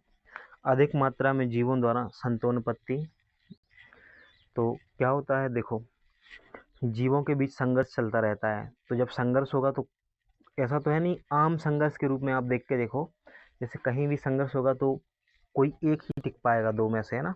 इसी प्रकार से जीवों के बीच भी संघर्ष होता रहता है। और अधिक मात्रा में जीवों द्वारा संतानोत्पत्ति होती है ना, तो सभी जीवित नहीं रह पाते, उनमें से कुछ जीवित रह जाते हैं। वहीं जो इन्होंने कहा डार्विन ने कि योग्यतम की उत्तरजीविता, इनके अनुसार ये बताना चाहते हैं कि जो सबसे योग्य होगा ना वो रह जाएगा, बाकी नष्ट हो जाएंगे। इसके बाद हमें देखना है उत्परिवर्तनवाद। तो इसको किसने विकसित किया? उत्परिवर्तनवाद का सिद्धांत दिया है ह्यूगो डी ब्रीज ने। किसने? ह्यूगो डी ब्रीज ने। कब दिया है? 1901 में। नई जीव जातियों की उत्पत्ति के संदर्भ में एक नया उत्परिवर्तन सिद्धांत प्रस्तुत किया है, जिसे नव डार्विनवाद कहा जाता है। तो ये जो उत्परिवर्तनवाद का सिद्धांत है, इसको नव डार्विनवाद के नाम से भी जाना जाता है। और किसने दिया है? ये ह्यूगो डी ब्रीज ने दिया है। कहाँ के हैं? हॉलैंड के हैं ह्यूगो डी ब्रीज। इस सिद्धांत के अनुसार नई जीव जातियों की उत्पत्ति जातीय लक्षण में क्रमिक विकास और अस्थिर भिन्नता के कारण नहीं होती है, बल्कि एक ही बार में स्पष्ट और स्थायी आकस्मिक परिवर्तनों के फलस्वरूप होती है। तो इसमें ना ह्यूगो डी ब्रीज बता रहे हैं कि जो नई जीव जातियां होती हैं ना, उनमें उत्पत्ति क्रमिक विकास एवं अस्थिर भिन्नता के कारण नहीं, बल्कि एक ही बार में स्पष्ट और स्थायी परिवर्तन होता है। ऐसा होता है। निम्नलिखित पारस्परिक जो क्रियाएं हैं, पारस्परिक क्रियाओं के परिणाम क्या बताए हैं हुगोडो ब्रिज ने? तो जीन उत्परिवर्तन, गुणसूत्रों की संरचना एवं संख्या में परिवर्तन द्वारा भिन्नताएं। पुनरावर्तन सिद्धांत की बात करें तो इसके अनुसार किसी जीव की भ्रूणीय अवस्थाएं उनके पूर्वजों की अवस्थाओं के समान होती हैं, ऐसा बताता है पुनरावर्तन सिद्धांत। इसके बाद जो लास्ट है हमारा, ओपेरिन का आधुनिक सिद्धांत के अनुसार जीवन की उत्पत्ति जीव रसायन के रूप में समुद्र से हुई है। तो ओपेरिन कहते हैं कि जो जीवन की उत्पत्ति है वो समुद्र से हुई है। जीवन के उद्भव में कार्बनिक एवं अकार्बनिक दोनों प्रकार के यौगिकों के हजारों वर्षों की क्रियाओं का योगदान है। तो यह भी सही है बिल्कुल। अब हमें दीनाम पद्धति को देखना है। कैरोलस लीनियस के द्वारा 1753 में दीनाम पद्धति का प्रतिपादन किया गया। तो पहले तो यही याद रखना है कि दीनाम पद्धति का प्रतिपादन किसने किया है? कैरोलस लीनियस ने किया है। दीनाम पद्धति के अनुसार प्रत्येक जीव अथवा वनस्पति का वैज्ञानिक नाम दो शब्दों से मिलकर बना होता है, जिसे पहला शब्द जो होता है वो वंश को दर्शाता है और दूसरा शब्द जो होता है वो जाति को दर्शाता है। जैसे आम का वैज्ञानिक नाम मैंगीफेरा इंडिका है, तो इसमें जो मैंगीफेरा है ये वंश को दर्शा रहा है, जो इंडिका है जाति को दर्शा रहा है। मनुष्य का वैज्ञानिक नाम होमो सेपियंस है, तो होमो वंश है, वहीं सेपियंस जाति है। कोशिका सिद्धांत की बात करें तो मैथियस जेकब स्लाइडेन एवं थियोडोर स्वान ने इस सिद्धांत को प्रतिपादित किया है, जिसके प्रमुख 3 सिद्धांत हैं। तो देखो, पहले तो आपको याद रखना है मैथियस जेकब स्लाइडेन का नाम और थियोडोर स्वान का नाम। 1838-39 में कोशिका सिद्धांत का प्रतिपादन इन्होंने ही किया था। इसके 3 सिद्धांत हैं। सजीवों का जीवन एकल कोशिका से आरंभ होता है। तो सजीवों का जीवन कैसे आरंभ होता है? एकल कोशिका से आरंभ होता है। सजीवों का शरीर कोशिका तथा उसके उत्पादों से मिलकर बना होता है और सजीवों में ऊतकों का निर्माण कोशिका से होता है। तो मैथियस जेकब स्लाइडेन है और स्वान है, इन्होंने कोशिका सिद्धांत को दिया और बताया कि इसके 3 सिद्धांत दिए कि सजीवों में एकल कोशिकीय सजीवों का जो जीवन है एकल कोशिका से आरंभ होता है और सजीवों का शरीर कोशिका तथा उसके उत्पादों से बना होता है। और साथ ही इन्होंने यह भी बताया कि सजीवों में जो ऊतकों का निर्माण है ये कोशिका के से ही होता है। किससे होता है? कोशिका से ही होता है। तो देखो, अभी तक हमने जो देखा है ना जीव विज्ञान का प्रारंभिक ज्ञान में, उसको एक बार दोबारा से समझेंगे फिर आगे बढ़ेंगे, क्योंकि रिवीजन बहुत महत्वपूर्ण है, इसको स्किप मत किया करो आप लोग, है ना। सबसे पहले हमने लेमार्क बात देखा। इसमें लेमार्क की पुस्तक फिलोसॉफी जूलॉजिकल की बात की। इन्होंने 3 सिद्धांत दिए: वातावरण का प्रभाव, अंगों के उपयोग एवं अनुप्रयोग और उपार्जित लक्षणों की वंशागति। उसके बाद हमने इसके कुछ उदाहरण देखे और फिर हम आगे बढ़े तो हमने डार्विनवाद को देखा, जो रॉबर्ट डार्विन ने प्रतिपादित किया है अपनी पुस्तक द ओरिजिन ऑफ स्पीसीज में। किसमें? द ओरिजिन ऑफ स्पीसीज में। डार्विन के सिद्धांत को ही, डार्विनवाद को प्राकृतिक चयनवाद के नाम से जाना जाता है। इन्होंने भी 3 मत दिए हैं: जीवित जीवों के बीच संघर्ष, अधिक मात्रा में जीवों द्वारा संतानोत्पत्ति और योग्यतम की उत्तरजीविता का सिद्धांत दिया है। फिर हम आए उत्परिवर्तनवाद पे, जिसे नव डार्विनवाद के नाम से जाना जाता है और इसे प्रतिपादित करने वाले हैं हुगोडी ब्रिज। किसने प्रतिपादित किया है? हुगोडी ब्रिज ने इसे प्रतिपादित किया है। फिर हम आगे बढ़े तो हमने पुनरावर्तन सिद्धांत देखा और फिर ओपेरिन का आधुनिक सिद्धांत देखा, जिसमें जीवन की उत्पत्ति समुद्र से मानी गई है। फिर हमने कोशिका सिद्धांत को समझा, जिसे स्लाइडेन और स्वान ने दिया है और इसमें 3 सिद्धांत बताए गए हैं। अब हम जेनेटिक कोड की बात करेंगे। जेनेटिक कोड कुछ नियमों का एक समूह होता है जिसके उपयोग से जीवित कोशिकाएं जेनेटिक पदार्थों में उपस्थित जानकारियों को प्रोटीन में बदलने का कार्य करती हैं। तो जेनेटिक कोड जो है कुछ नियमों का एक समूह है जिसके उपयोग से जीवित कोशिकाएं जेनेटिक पदार्थों में उपस्थित जानकारियों को प्रोटीन में बदलने का कार्य करती हैं। जेनेटिक कोड की विशेषताओं में जेनेटिक कोड प्रायः सार्वत्रिक होता है। तो जेनेटिक कोड जो होता है वो यूनिवर्सल होता है, किसी एक का एक ही होगा। यह 3 न्यूक्लियोटाइड क्षारकों से बना होता है जो 20 अमीनो अम्लों के संगत होते हैं। तो 20 अमीनो अम्लों के संगत होते हैं। यह अनतिव्यापी यानी कि नॉन ओवरलैपिंग और गैर अस्पष्ट नॉन अम्बिग्युअस एवं कोमारहित होता है। जेनेटिक कोड पद्धति में 43 = 64 त्रिगुणी संकेत शब्द होते हैं जिन्हें कोडॉन कहा जाता है। इनके में एक प्रारंभन एवं एक समापन भी होता है। 64 कोडॉन में से 3 कोडॉन UAA, UGA और UAG ऐसे होते हैं जो किसी भी एमिनो एसिड के संकेत नहीं देते हैं। इसे इन्हें समापन कोडॉन कहा जाता है। AUG एमिनो एसिड को प्रारंभन कोडॉन कहते हैं।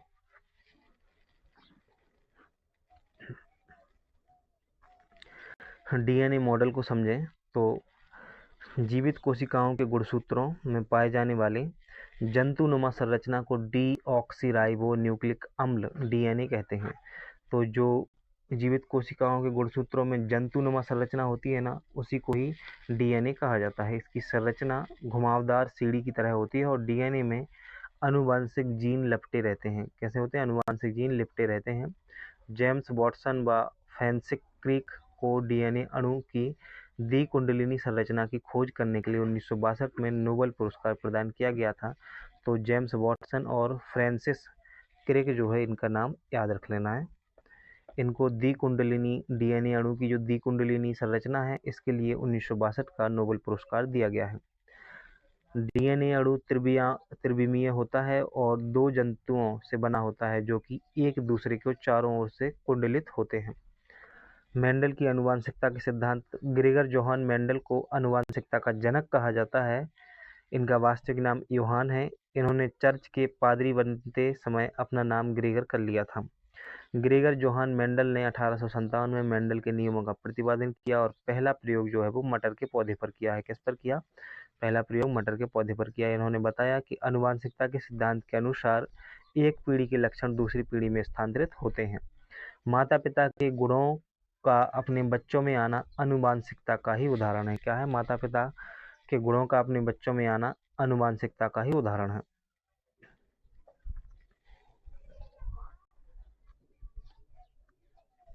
मेंडल ने आनुवंशिकता संबंधित 3 नियम प्रतिपादित किए हैं। एक तो है प्रभाविकता का नियम, दूसरा है पृथक्करण का नियम और तीसरा है स्वतंत्र अपव्यूहन का नियम।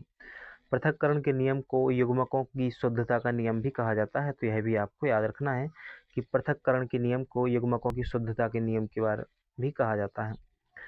एक जीन एक एंजाइम सिद्धांत की बात करें तो बीटल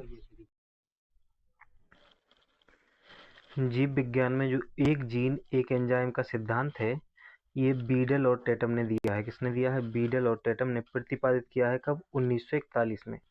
इस सिद्धांत के अनुसार जो जीन एंजाइमों के उत्पादन करते हैं और एक जीन एक ही एंजाइम के उत्पादन के लिए उत्तरदायी होता है। तो एक जीन एक ही एंजाइम के लिए उत्तरदायी है। ऐसा किसने बताया है? ऐसा बताया है बीडल और टेटम ने बताया है। जीन जीवों के गुणसूत्रों में पाए जाने वाले आनुवंशिक क्रिया की एक इकाई है। जोहानसेन ने 1909 में सर्वप्रथम जीन शब्द का प्रयोग किया था। तो देखो, पूछा जाए कि इस सिद्धांत को किसने प्रतिपादित किया है, तो बीडल और टेटम का नाम याद रखना है। अगर यह पूछा जाए कि जीन शब्द का जो सर्वप्रथम प्रयोग है किसने किया है, तो जोहानसेन ने इस शब्द का सर्वप्रथम प्रयोग किया है। रासायनिक अभिक्रियाओं की दर को बढ़ाने वाले जैविक उत्प्रेरक को एंजाइम कहा जाता है। तो जो रासायनिक अभिक्रियाओं की दर को बढ़ाते हैं उनको एंजाइम कहा जाता है। पाश्चुरीकरण की बात करें तो पाश्चुरीकरण दूध के निर्जमीकरण की प्रक्रिया है। इस विधि को की खोज जो है वो लुई पाश्चर ने की थी।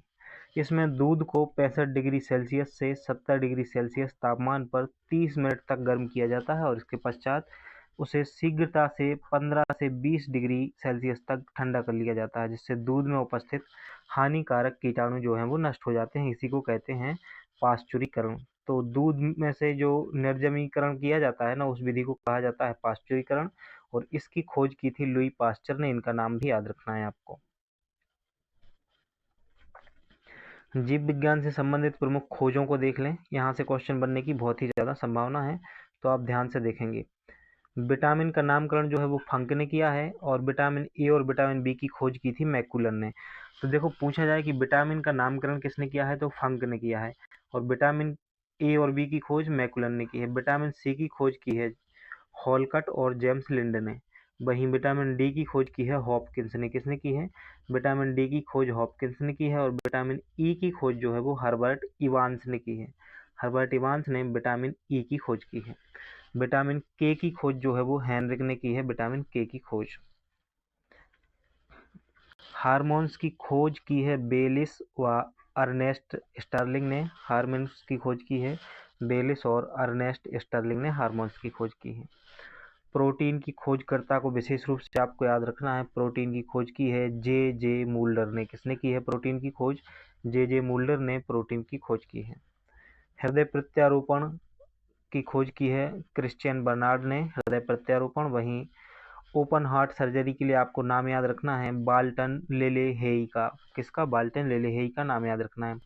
तो अगर पूछा जाए हृदय प्रत्यारोपण तो Christian Barnard, open heart surgery Walton Lillehei, protein तो जे जे मूल्डर का नाम याद रखना है। किसके लिए? प्रोटीन के लिए जे जे मूल्डर का।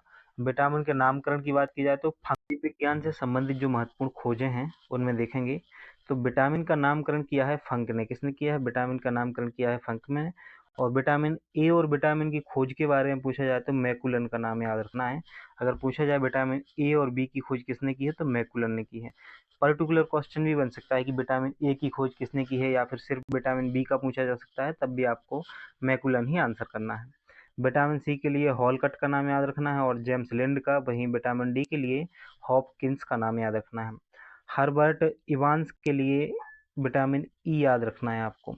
अभी हम एमसीक्यू भी लगाने वाले हैं इसके, तो सारे के सारे जो कॉन्सेप्ट हैं आपके क्लियर हो जाएंगे एकदम।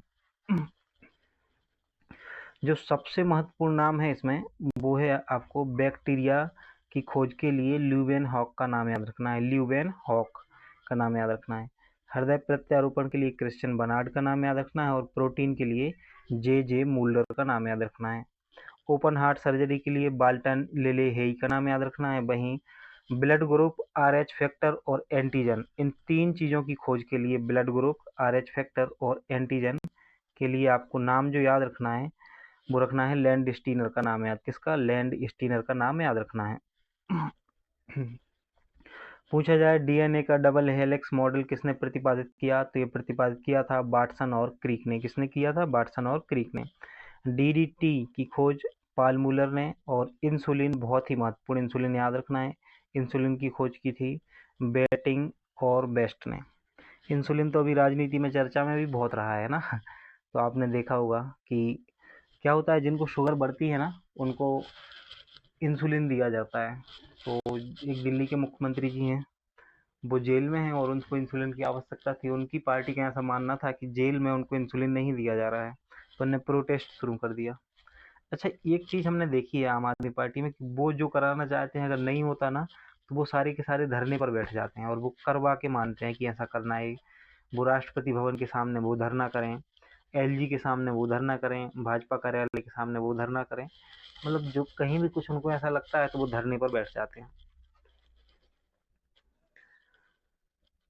अगला जो आपको याद रखना है बीसीजी का जो टीका है किसने खोजा है? कैलमेट और ग्योरेन ने। बीसीजी, कैलमेट और ग्योरेन। वहीं इंसुलिन के लिए बेटिंग और बेस्ट का नाम याद रखना है इंसुलिन के लिए। होम्योपैथी हनीमैन और पोलियो वैक्सीन के लिए विशेष रूप से याद रखना है जेई साल्क का नाम। पोलियो वैक्सीन के लिए जेई साल्क का नाम याद रखना है। पेनिसिलिन के लिए फ्लेमिंग का नाम याद रखना है, फ्लेमिंग का नाम याद रखना है पेनिसिलिन के लिए। और चेचक के लिए याद रखना है आपको एडवर्ड जेनर का नाम। किसका? एडवर्ड जेनर का। तो चेचक का जो टीका है उसकी खोज की थी एडवर्ड जेनर ने। पेनिसिलिन की खोज किसने की? फ्लेमिंग ने। पोलियो वैक्सीन किसने बनाई? जेई साल्क ने। बीसीजी का टीका कैलमेट ग्योरेन ने। और डीएनए का डबल हेलिक्स मॉडल बाटसन और क्रीक ने। इतना हम पढ़ चुके हैं। अब आगे बढ़ते हैं।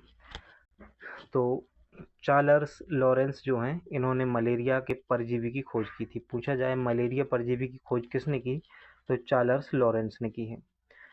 डॉक्टर विलियम कोल्फ जो हैं इन्होंने डायलिसिस की खोज की। और डॉक्टर हरगोविंद खुराना जो है इन्होंने भारत में जेनेटिक कोड के जन्मदाता माना जाता है। किनको? हरगोविंद खुराना को।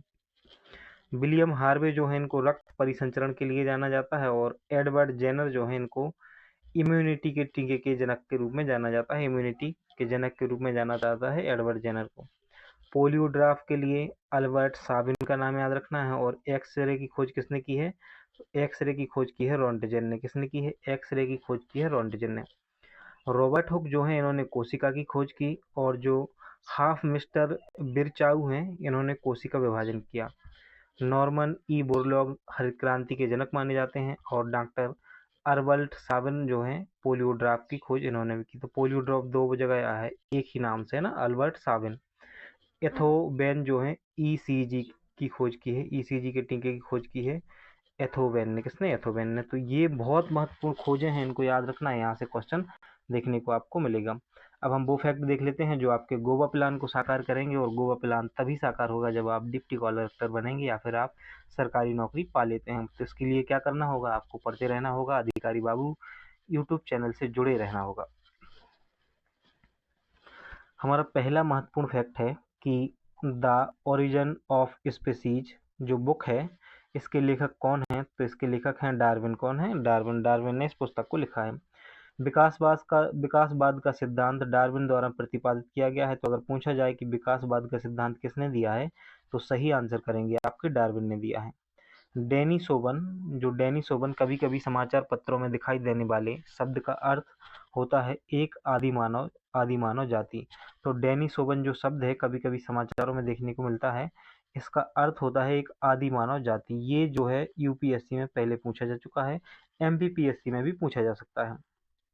अगला क्वेश्चन है, गोल्डन महासीर स्वच्छ जल में रहने वाली मछली है जिसे गंभीर रूप से लुप्तप्राय प्रजातियों में IUCN रेड लिस्ट में शामिल किया गया है। तो पहले तो ये याद रखना है कि जो गोल्डन महासीर मछली है ये स्वच्छ जल में रहती है। दूसरा, ये IUCN की रेड लिस्ट में किस में शामिल है? लुप्तप्राय प्रजातियों में शामिल कर दी गई है। जीवाणु और कवक को कृत्रिम रूप से संवर्धित किया जा सकता है। जीन के अंदर अनुक्रम आधार में होने वाले परिवर्तन को उत्परिवर्तन कहा जाता है। तो जीन के अंदर जो अनुक्रम आधार में परिवर्तन होता है उसी को उत्परिवर्तन कहते हैं। अनुवांशिक विज्ञान जो है जेनेटिक्स का जनक जोहान ग्रेगर मेंडल को कहा जाता है। तो इसको भी याद रखना है। गुणसूत्रों की वंशागत का सिद्धांत जो है वाल्टर सूटन व थियोडर बोवेरी ने दिया है। कौन सा सिद्धांत? गुणसूत्रों की वंशागत का सिद्धांत, ये याद रखना है। फ्लवमान जीन जो है जंपिंग जीन के सिद्धांत का प्रतिपादन बारबरा मैकलिंटॉक ने किया है। किसने? बारबरा मैकलिंटॉक ने जंपिंग जीन सिद्धांत का प्रतिपादन किया है। डॉक्टर हरगोविंद खुराना ने सर्वप्रथम प्रयोगशाला में DNA प्रोटीन का संश्लेषण किया। और किसी भी प्रजाति में गुणसूत्र की संख्या निश्चित और स्थिर होती है। पोलियो के वैक्सीन की खोज जो नांस सॉल्क ने 1952 में की थी। तो पोलियो वैक्सीन की खोज किसने की है? जोनास सॉल्क ने 1952 में पोलियो वैक्सीन की खोज की है। आनुवांशिक रोगों की पूर्व सूचना प्राप्त करने की तकनीक को जैनिकी प्रौद्योगिकी कहा जाता है। तो आनुवांशिक रोग जो हैं इनकी पूर्व सूचना प्राप्त करने के लिए क्या कहा जाता है? इनको तकनीक को जैनिको प्रौद्योगिकी कहा जाता है। ऑर्थर कॉनबर्ग ने सर्वप्रथम DNA को अंतपात्र में बनाया था। और DNA प्रिंटिंग के उपयोग द्वारा इंग्लैंड में पहला अपराध सर्वप्रथम 1983 में सॉल्व किया गया। विश्व का पहला हृदय प्रत्यारोपण दक्षिण अफ्रीका देश में डॉक्टर क्रिश्चियन बर्नार्ड ने किया था। तो प्रथम हृदय प्रत्यारोपण कहाँ किया गया? दक्षिण अफ्रीका में। और किसने किया? डॉक्टर क्रिश्चियन बर्नार्ड ने किया। जॉर्विक 7 एक कृत्रिम हृदय है जिसका आविष्कार रॉबर्ट जॉर्विक ने किया था। और अमेरिकी जीन वैज्ञानिक फ्रांसिस कॉलिंस ने मानव जीनोम मानचित्रण की खोज की है। अपर्दन चक्र की सर्वप्रथम व्याख्या विलियम मॉरिस डेविस ने की थी। किसने की थी? विलियम मॉरिस डेविस ने की थी। और वह विज्ञान जो हमें विद्यालय से मिलता है वह अर्थगत स्मृति कहलाता है। प्लेटो ने सच्चा न्यायोचित विश्वास को ज्ञान कहा है। तो प्लेटो ने सच्चा न्यायोचित विश्वास को ज्ञान कहा है। ये तो था हमारा थ्योरी वाला पोर्शन। अब हमें यहाँ से लगाना है MCQ। तो आई होप कि आप MCQ लगाने के लिए तैयार होगे। तो एक एक करके हम MCQ लगाएंगे और आप साथ में आंसर करोगे। आज की वीडियो से पता चल जाएगा कि आप अगर आंसर नहीं कर रहे हो साथ में कमेंट बॉक्स में, तो अगले वीडियो से सिर्फ थ्योरी मिलेगी आपको, MCQ नहीं मिलेंगे। और MCQ लगाना बहुत ही ज़्यादा महत्वपूर्ण होता है, बहुत ज़्यादा। तो इसके लिए भी आपको तैयार रहना चाहिए, MCQ लगाने चाहिए, आपको प्रैक्टिस करनी चाहिए। प्रैक्टिस करोगे जब आप यहाँ तक जाके टेस्ट सीरीज में, और फिर टेस्ट सीरीज के बाद जो है आप मेन एग्जाम में बहुत ही महत्वपूर्ण तरीके से परफॉर्म कर पाओगे। तो हम शुरू करते हैं और हमारा पहला क्वेश्चन शुरू करते हैं। उससे पहले अगर अभी तक आपने वीडियो को लाइक नहीं किया है तो जल्दी से वीडियो को लाइक करो, अपने दोस्तों में शेयर करो, और अगर आप चैनल पर नए आए हो, पहली बार इस वीडियो को देख रहे हो या पहली बार हमारे चैनल पर आए हो, तो चैनल को सब्सक्राइब कर लो। आपको प्रतियोगी परीक्षाओं से संबंधित बहुत ही महत्वपूर्ण कंटेंट आपको यहाँ पे देखने को मिलने वाला है। खासकर MPPSC की अगर आप तैयारी कर रहे हो तो यहाँ पर MPPSC यूनिट 9 के कंप्लीट वीडियो पहले ही अपलोड कर दिए गए हैं, यूनिट 10 के वीडियो अपलोड किए जा रहे हैं साथ साथ, और कुछ प्ले लिस्ट में आप जाके सारे के सारे वीडियो देख सकते हो। तथ्यवान करंट अफेयर्स के वीडियो हमने कंप्लीट कर दिए हैं। साथ ही हम आपको यह भी जानकारी दे रहे हैं कि एग्जाम पीडिया के वीडियो भी जल्द ही आपको देखने को मिलेंगे, और ये यूनिट 7 का वीडियो है। तो शुरू करते हैं। हमारा पहला क्वेश्चन है, अनुवांशिकी के पिता के रूप में किसे जाना जाता है? तो जल्दी से आंसर कीजिए। इसका ऑप्शन ए सही है, मेंडल, ऑप्शन बी सही है, डार्विन, ऑप्शन सी सही है, डाल्टन, या ऑप्शन डी सही है, मेरी क्यूरी। तो अनुवांशिकी के पिता के रूप में किसे जाना जाता है, इसका सही आंसर आपको करना है, जल्दी से करिएगा। इसका जो सही आंसर है ऑप्शन ए, मेंडल जो है, ग्रेगर जॉन मेंडल जो है, उनको अनुवांशिकी के पिता के रूप में जाना जाता है। हमारा दूसरा क्वेश्चन है, नव डार्विनवाद के अनुसार कौन सा कारक जैव विकास के लिए जिम्मेदार है? नव डार्विनवाद के अनुसार कौन सा कारक जो है जैव विकास के लिए जिम्मेदार है? ऑप्शन ए है उत्परिवर्तन, ऑप्शन बी है लाभदायक भिन्नताएं, ऑप्शन सी है संकरण, या ऑप्शन डी है उत्परिवर्तन एवं प्राकृतिक चयन। कौन सा आंसर इसका सही है, जल्दी से कमेंट बॉक्स में कमेंट कीजिए। आप सीधा कर सकते हो, क्वेश्चन नंबर 2 लिख के कौन सा ऑप्शन है इसका ABCD उसको भेज सकते हो। इसका जो सही आंसर है ऑप्शन डी। तो जो हुगो डू विरीज हैं, उन्होंने जो सिद्धांत दिया नव डार्विनवाद का, उनके अनुसार जो कारक जैव विकास के लिए जिम्मेदार है उसमें उत्परिवर्तन और प्राकृतिक चयन शामिल है। क्वेश्चन नंबर तीसरा है, उत्परिवर्तनवाद का प्रतिपादक किसने किया है? तो उत्परिवर्तनवाद का प्रतिपादन जो है किसने किया है? आपका ऑप्शन ए है डार्विन ने, ऑप्शन बी है लेमार्क ने, ऑप्शन सी है बेलिस ने, या ऑप्शन डी है ब्रीज ने। ऑप्शन डी है डी ब्रीज ने। जल्दी से आंसर कीजिए, कौन सा सही है? ऑप्शन ए सही है कि ऑप्शन बी सही है, ऑप्शन सी सही है, ऑप्शन डी सही है? उत्परिवर्तनवाद का प्रतिपादन जो है इसका सही आंसर है ऑप्शन डी। क्या है इसका सही आंसर? ऑप्शन डी जो है इसका सही आंसर है। अगला क्वेश्चन है क्वेश्चन नंबर 4, जीवों में अनुवांशिक भिन्नताओं का मूल स्रोत होता है। तो हमें ये बताना है कि जीवों में अनुवांशिक भिन्नताओं का मूल स्रोत क्या होता है। आपका ऑप्शन ए है हार्मोन्स का प्रभाव, ऑप्शन बी है प्राकृतिक चयन, ऑप्शन सी है उत्परिवर्तन, या ऑप्शन डी है लैंगिक जनन। क्या है इसका सही आंसर, जल्दी से कमेंट कीजिए। आई होप कि आपने कमेंट कर दिया होगा। इसका सही आंसर है ऑप्शन सी, उत्परिवर्तन। उत्परिवर्तन जो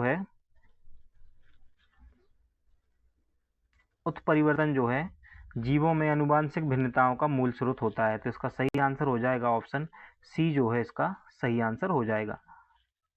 क्वेश्चन नंबर 5 है, विकास का मुख्य कारक है। तो इनमें से विकास का मुख्य कारक कौन सा है ये बताना है हमें कि विकास का मुख्य कारक है। तो उत्परिवर्तन है, पहला ऑप्शन है उत्परिवर्तन, ऑप्शन बी है प्राकृतिक वर्ण, ऑप्शन सी है लैंगिक जनन, या ऑप्शन डी है हासिल किए हुए गुण। विकास का मुख्य कारण क्या है, जल्दी से कमेंट कीजिए। देखो आज की वीडियो से पता चल जाएगा कि सीरीज को कंटिन्यू रखना है कि नहीं रखना है। इसका सही आंसर है ऑप्शन बी। ऑप्शन बी इसका सही आंसर है प्राकृतिक वर्ण। तो विकास का मुख्य कारक क्या है? प्राकृतिक वर्ण जो है वो विकास का मुख्य कारण है। मानव शरीर का भार होता है, ये बताना है कि मानव शरीर का भार होता है ध्रुवों पर अधिकतम, सभी जगह एक समान, तो ये ऐसा तो होता नहीं होगा है ना, भूमध्य रेखा पर अधिकतम, या इनमें से कोई नहीं। कौन सा ऑप्शन इसका सही है? Option A, option B, option C, या ऑप्शन डी?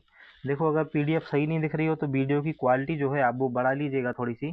ऑप्शन ए है ध्रुवों पर अधिकतम, ऑप्शन बी है सभी जगह एक समान, ऑप्शन सी है भूमध्य रेखा पर अधिकतम, या इनमें से कोई सा नहीं। मानव शरीर का भार कहाँ पर अधिकतम होता है, जल्दी से बताइएगा। तो मानव शरीर का जो भार है इसका ऑप्शन ए सही हो जाएगा। ध्रुवों पर मानव शरीर का भाग सर्वाधिक होता है। कहाँ पर? ध्रुवों पर।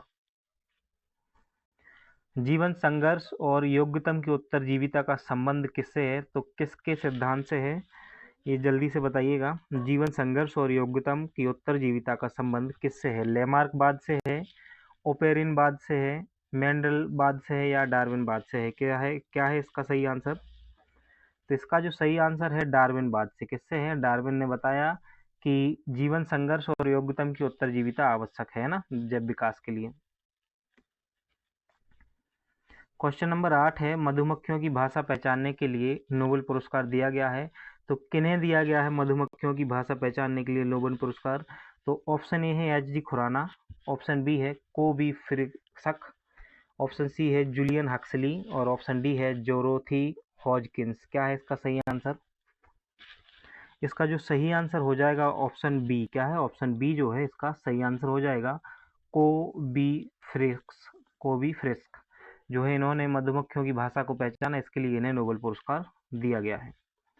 आलू के चिप्स प्लास्टिक के थैलों में संकलित किए जाते हैं। आलू के चिप्स जो हैं वो प्लास्टिकों के थैलों में संकलित किए जाते हैं। किसके वातावरण में संकलित किए जाते हैं ये बताना है। ऑप्शन ए है नाइट्रोजन वातावरण में, ऑप्शन बी है हाइड्रोजन वातावरण में, ऑप्शन सी है ऑक्सीजन वातावरण में या ऑप्शन डी है आयोडीन वातावरण में।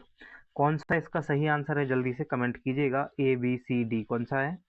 क्वेश्चन नंबर 9 का जो है ऑप्शन ए सही हो जाएगा, नाइट्रोजन वातावरण में। तो जब आप ये चिप्स वगैरह के पैकेट लेते हो ना, उनमें जो गैस भरी होती है वो नाइट्रोजन गैस ही होती है। कौन सी गैस होती है? नाइट्रोजन गैस होती है। स्थिति विज्ञान निम्नलिखित में से किससे संबंधित है? तो जो स्टैटिक विज्ञान है इसका संबंध किससे है ये बताना है। स्थिति विज्ञान का संबंध किससे है? तो इसका संबंध है विश्राम की स्थिति से। किससे है? विश्राम की स्थिति से इसका संबंध है। अगला क्वेश्चन है, वर्ष 2022 में मेडिसिन नोबेल पुरस्कार किस क्षेत्र में दिया गया है? तो ये 2022 का है ना, 11वां क्वेश्चन है, वर्ष 2022 में मेडिसिन नोबेल पुरस्कार किस क्षेत्र में दिया गया है? तो ये बताना है 11वें का। 11वें का जो सही आंसर हो जाएगा ऑप्शन डी। क्या है? ऑप्शन डी जो है सही आंसर है। विलुप्त होमिनिन और मानव विकास के जीनोम के क्षेत्र में 2022 का नोबेल पुरस्कार दिया गया है मेडिसिन का। किसका? मेडिसिन का। जीन के भीतर अनुक्रम आधार में परिवर्तन कहलाता है। तो जीन के अंदर जो भीतर होता है ना अनुक्रम आधार में परिवर्तन क्या कहलाता है? तो इसको बोलते हैं उत्परिवर्तन। क्या बोलते हैं? उत्परिवर्तन। ये यूपीपीसीएस में 2020 में पूछा गया है, उत्परिवर्तन बोलते हैं इसको। अगला क्वेश्चन है, गुणसूत्रों की वंशागत का सिद्धांत दिया है, तो किसने दिया है ये सिद्धांत? मेंडल ने, सूटन एवं बोवेरी ने, मुलर ने या बाल्डेयर ने? किसने दिया है ये सिद्धांत, गुणसूत्रों की वंशागत का सिद्धांत? जल्दी से आंसर कीजिए। इसका सही आंसर है ऑप्शन बी। क्या है? ऑप्शन बी इसका सही आंसर हो जाएगा। सूटन एवं बोवेरी ने गुणसूत्रों की वंशागत का सिद्धांत दिया है। ये हमने अभी पढ़ा है, बिल्कुल हाल ही में, है ना। अगला क्वेश्चन भी अभी देखा है हमने। डीएनए के डीहेलिक्स जो मॉडल है प्रारूप को पहली बार किसने प्रस्तावित किया था? तो ऑप्शन ए है वाटसन एवं क्रीक, ऑप्शन बी है फिशर एवं हॉलडानी, ऑप्शन सी है लेमार्क एवं डार्विन ने और ऑप्शन डी है हुगो डी ब्रीज ने। किसने किया है जल्दी से बताइएगा। इसका सही आंसर हो जाएगा ऑप्शन ए। क्या है इसका सही आंसर? वाटसन एवं क्रीक ने डीएनए के डबल हेलिक्स मॉडल को प्रतिपादित किया है। किसने? वाटसन एवं क्रीक ने। क्वेश्चन नंबर 15 है, हरगोविंद खुराना को किस आविष्कार के लिए सम्मानित किया गया था? हरगोविंद खुराना को किस आविष्कार के लिए सम्मानित किया गया था? ऑप्शन ए है प्रोटीन के संस्करण के संश्लेषण के लिए, ऑप्शन बी है जीन के संश्लेषण के लिए, ऑप्शन सी है नाइट्रोजन क्षारों के संश्लेषण के लिए, ऑप्शन डी है उपयुक्त में से कोई नहीं। तो क्या है इसका आंसर जल्दी से कीजिए। इसका सही आंसर जो है हो जाएगा ऑप्शन ए। ऑप्शन ए जो है इसका सही आंसर हो जाएगा। प्रोटीन के संश्लेषण के लिए हरगोविंद खुराना को सम्मानित किया गया है। प्लवमान जीन यानी कि जंपिंग जीन अभी पढ़ा है बिल्कुल थोड़ी देर पहले। जंपिंग जीन के सिद्धांत का प्रतिपादन किसने किया है? तो हमें ये बताना है कि प्लवमान जीन जो है जंपिंग जीन, इसका जो सिद्धांत है इसका प्रतिपादन जो है किसने किया है? जल्दी से कमेंट करिए किसने किया है। इसका जो प्रतिपादन है किया है बारबरा मैकलिनटॉक ने। किसने किया है? बारबरा मैकलिनटॉक ने। ये यूपीएससी में पूछा जा चुका है प्रश्न। क्वेश्चन नंबर 17 है, निम्नलिखित में से किसका आविष्कार फंक ने निम्नलिखित में से किसका आविष्कार किया है? फंक के बारे में पूछा जा रहा है, तो किसका किया है? विटामिन का, प्रोटीन का, हार्मोन्स का या एंजाइम का? क्या है इसका सही आंसर? जल्दी से कमेंट कीजिए। तो अभी पढ़ा था हमने सबसे लास्ट टाइम, बिल्कुल टेबल देखिए जो उसमें देखा था, पहला ही सबसे ऊपर लिखा हुआ था विटामिन का नामकरण फंक ने किया और उन्होंने ही इसका आविष्कार किया या खोजकर्ता हम कह सकते हैं। निम्नलिखित में से कौन सा युग्म सही सुमेलित नहीं है ये बताना है। तो vitamin A McCollum, vitamin B McCollum, vitamin C James Lind या विटामिन डी पाल मूलर, कौन सा जो है इसमें सही सुमेलित नहीं है ये बताना है 18वें क्वेश्चन में।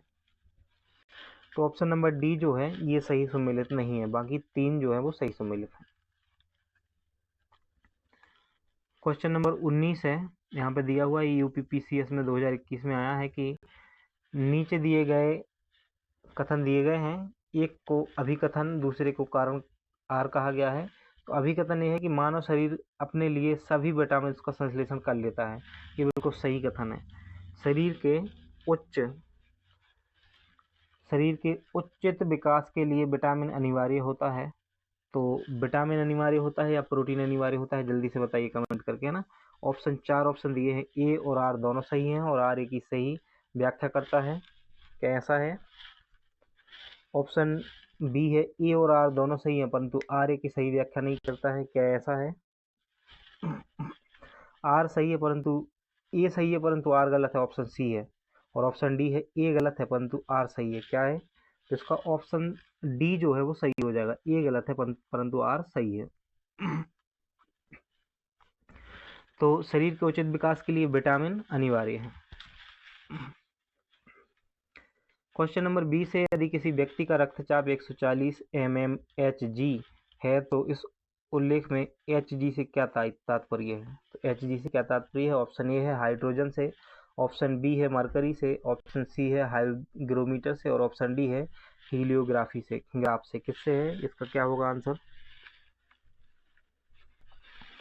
तो जो Hg है mmHg, इसमें जो Hg है व्यक्ति के रक्तचाप से संबंधित, इसको मरकरी से जोड़ा जाता है। किससे? मरकरी से जोड़ा जाता है। इसका संबंध किससे है? मरकरी से है। आज का हमारा लास्ट क्वेश्चन है, नीचे 4 व्यक्तियों के रक्तदाब का मापन दिया गया है और हमें ये बताना है कि निम्नलिखित में से किसका रक्तदाब सामान्य है, ये बताना है। तो देखो, सामान्य रक्तदाब माना जाता है 80 से 120, तो हमें ये ढूंढना है कि 80 से 120 किस में है। तो इसमें तो है नहीं, इसमें भी नहीं है, इसमें है 80 और 120, तो यही सही आंसर होगा। अर्थात कंगना का रक्तचाप जो है वो सामान्य किस में है? कंगना, ऑप्शन सी में जो है कंगना का नाम है। कंगना रनौत की नहीं कह रहे हैं भैया, है ना। चुनाव लड़ रही हैं कंगना रनौत जी, मैडम जी, उनको यही पता नहीं है कि पहले प्रधानमंत्री कौन थे। बहुत खतरनाक होती है भाई ऐसी सोच, है ना। आपको लग रहा होगा कि मैं इनकी बुराई कर रहा हूँ, बुराई नहीं कर रहा हूँ, सच में बहुत खतरनाक होती है ऐसी सोच। जो बिल्कुल कट्टर सोच हो ना, वो बहुत खतरनाक होती है। कट्टरता किसी भी चीज़ को लेकर वो खतरनाक ही होगी हमेशा। आई होप कि आपने सारे के सारे एमसीक्यू लगाए होंगे। एग्जाम पीडिया के जल्द ही आपको वीडियो देखने को मिलेंगे। साथ ही अच्छा एक जानकारी और दे दें कि राष्ट्रीय और अंतर्राष्ट्रीय करंट अफेयर्स के लिए भी इस बार हमें एग्जाम पीडिया पढ़ने को मिलेगी। क्यों? क्योंकि उसका संस्करण जल्द ही प्रकाशित हो रहा है। तो नेशनल और इंटरनेशनल करंट अफेयर्स के लिए हमें कहीं नहीं भागना है, हम एग्जाम पीडिया खरीदेंगे, उससे आपको वीडियो मिल जाएंगे, तो उसकी चिंता आपको नहीं करनी है। तो इस वीडियो में इतना ही। नेक्स्ट चैप्टर के लिए आपको नेक्स्ट वीडियो देखना होगा और सभी चैप्टर अगर आप पढ़ना चाहते हो तो इस वीडियो को लाइक कीजिए और अपने दोस्तों में शेयर कीजिए। क्योंकि देखो, किसी वीडियो पर व्यूज़ नहीं आते हैं ना, तो यार मन नहीं करता है फिर, है ना। तो कम से कम आप लोगों ने इतने प्यारे प्यारे मैसेज किए, है ना। 3-4 दिन से वीडियो नहीं आ रहे थे तो आप लोगों ने बहुत सारे मैसेज किए कि सर वीडियो क्यों नहीं आ रहे हैं। कुछ बच्चों ने स्वास्थ्य की भी बहुत चिंता की, बहुत कुछ, तो अच्छा लगा देख के, है ना। थोड़ा सा वायरल इन्फेक्शन हो गया था आँख में, अब ठीक है, लेकिन अब कोई दिक्कत नहीं है ऐसी। तो अब वीडियो कंटिन्यू आएंगे।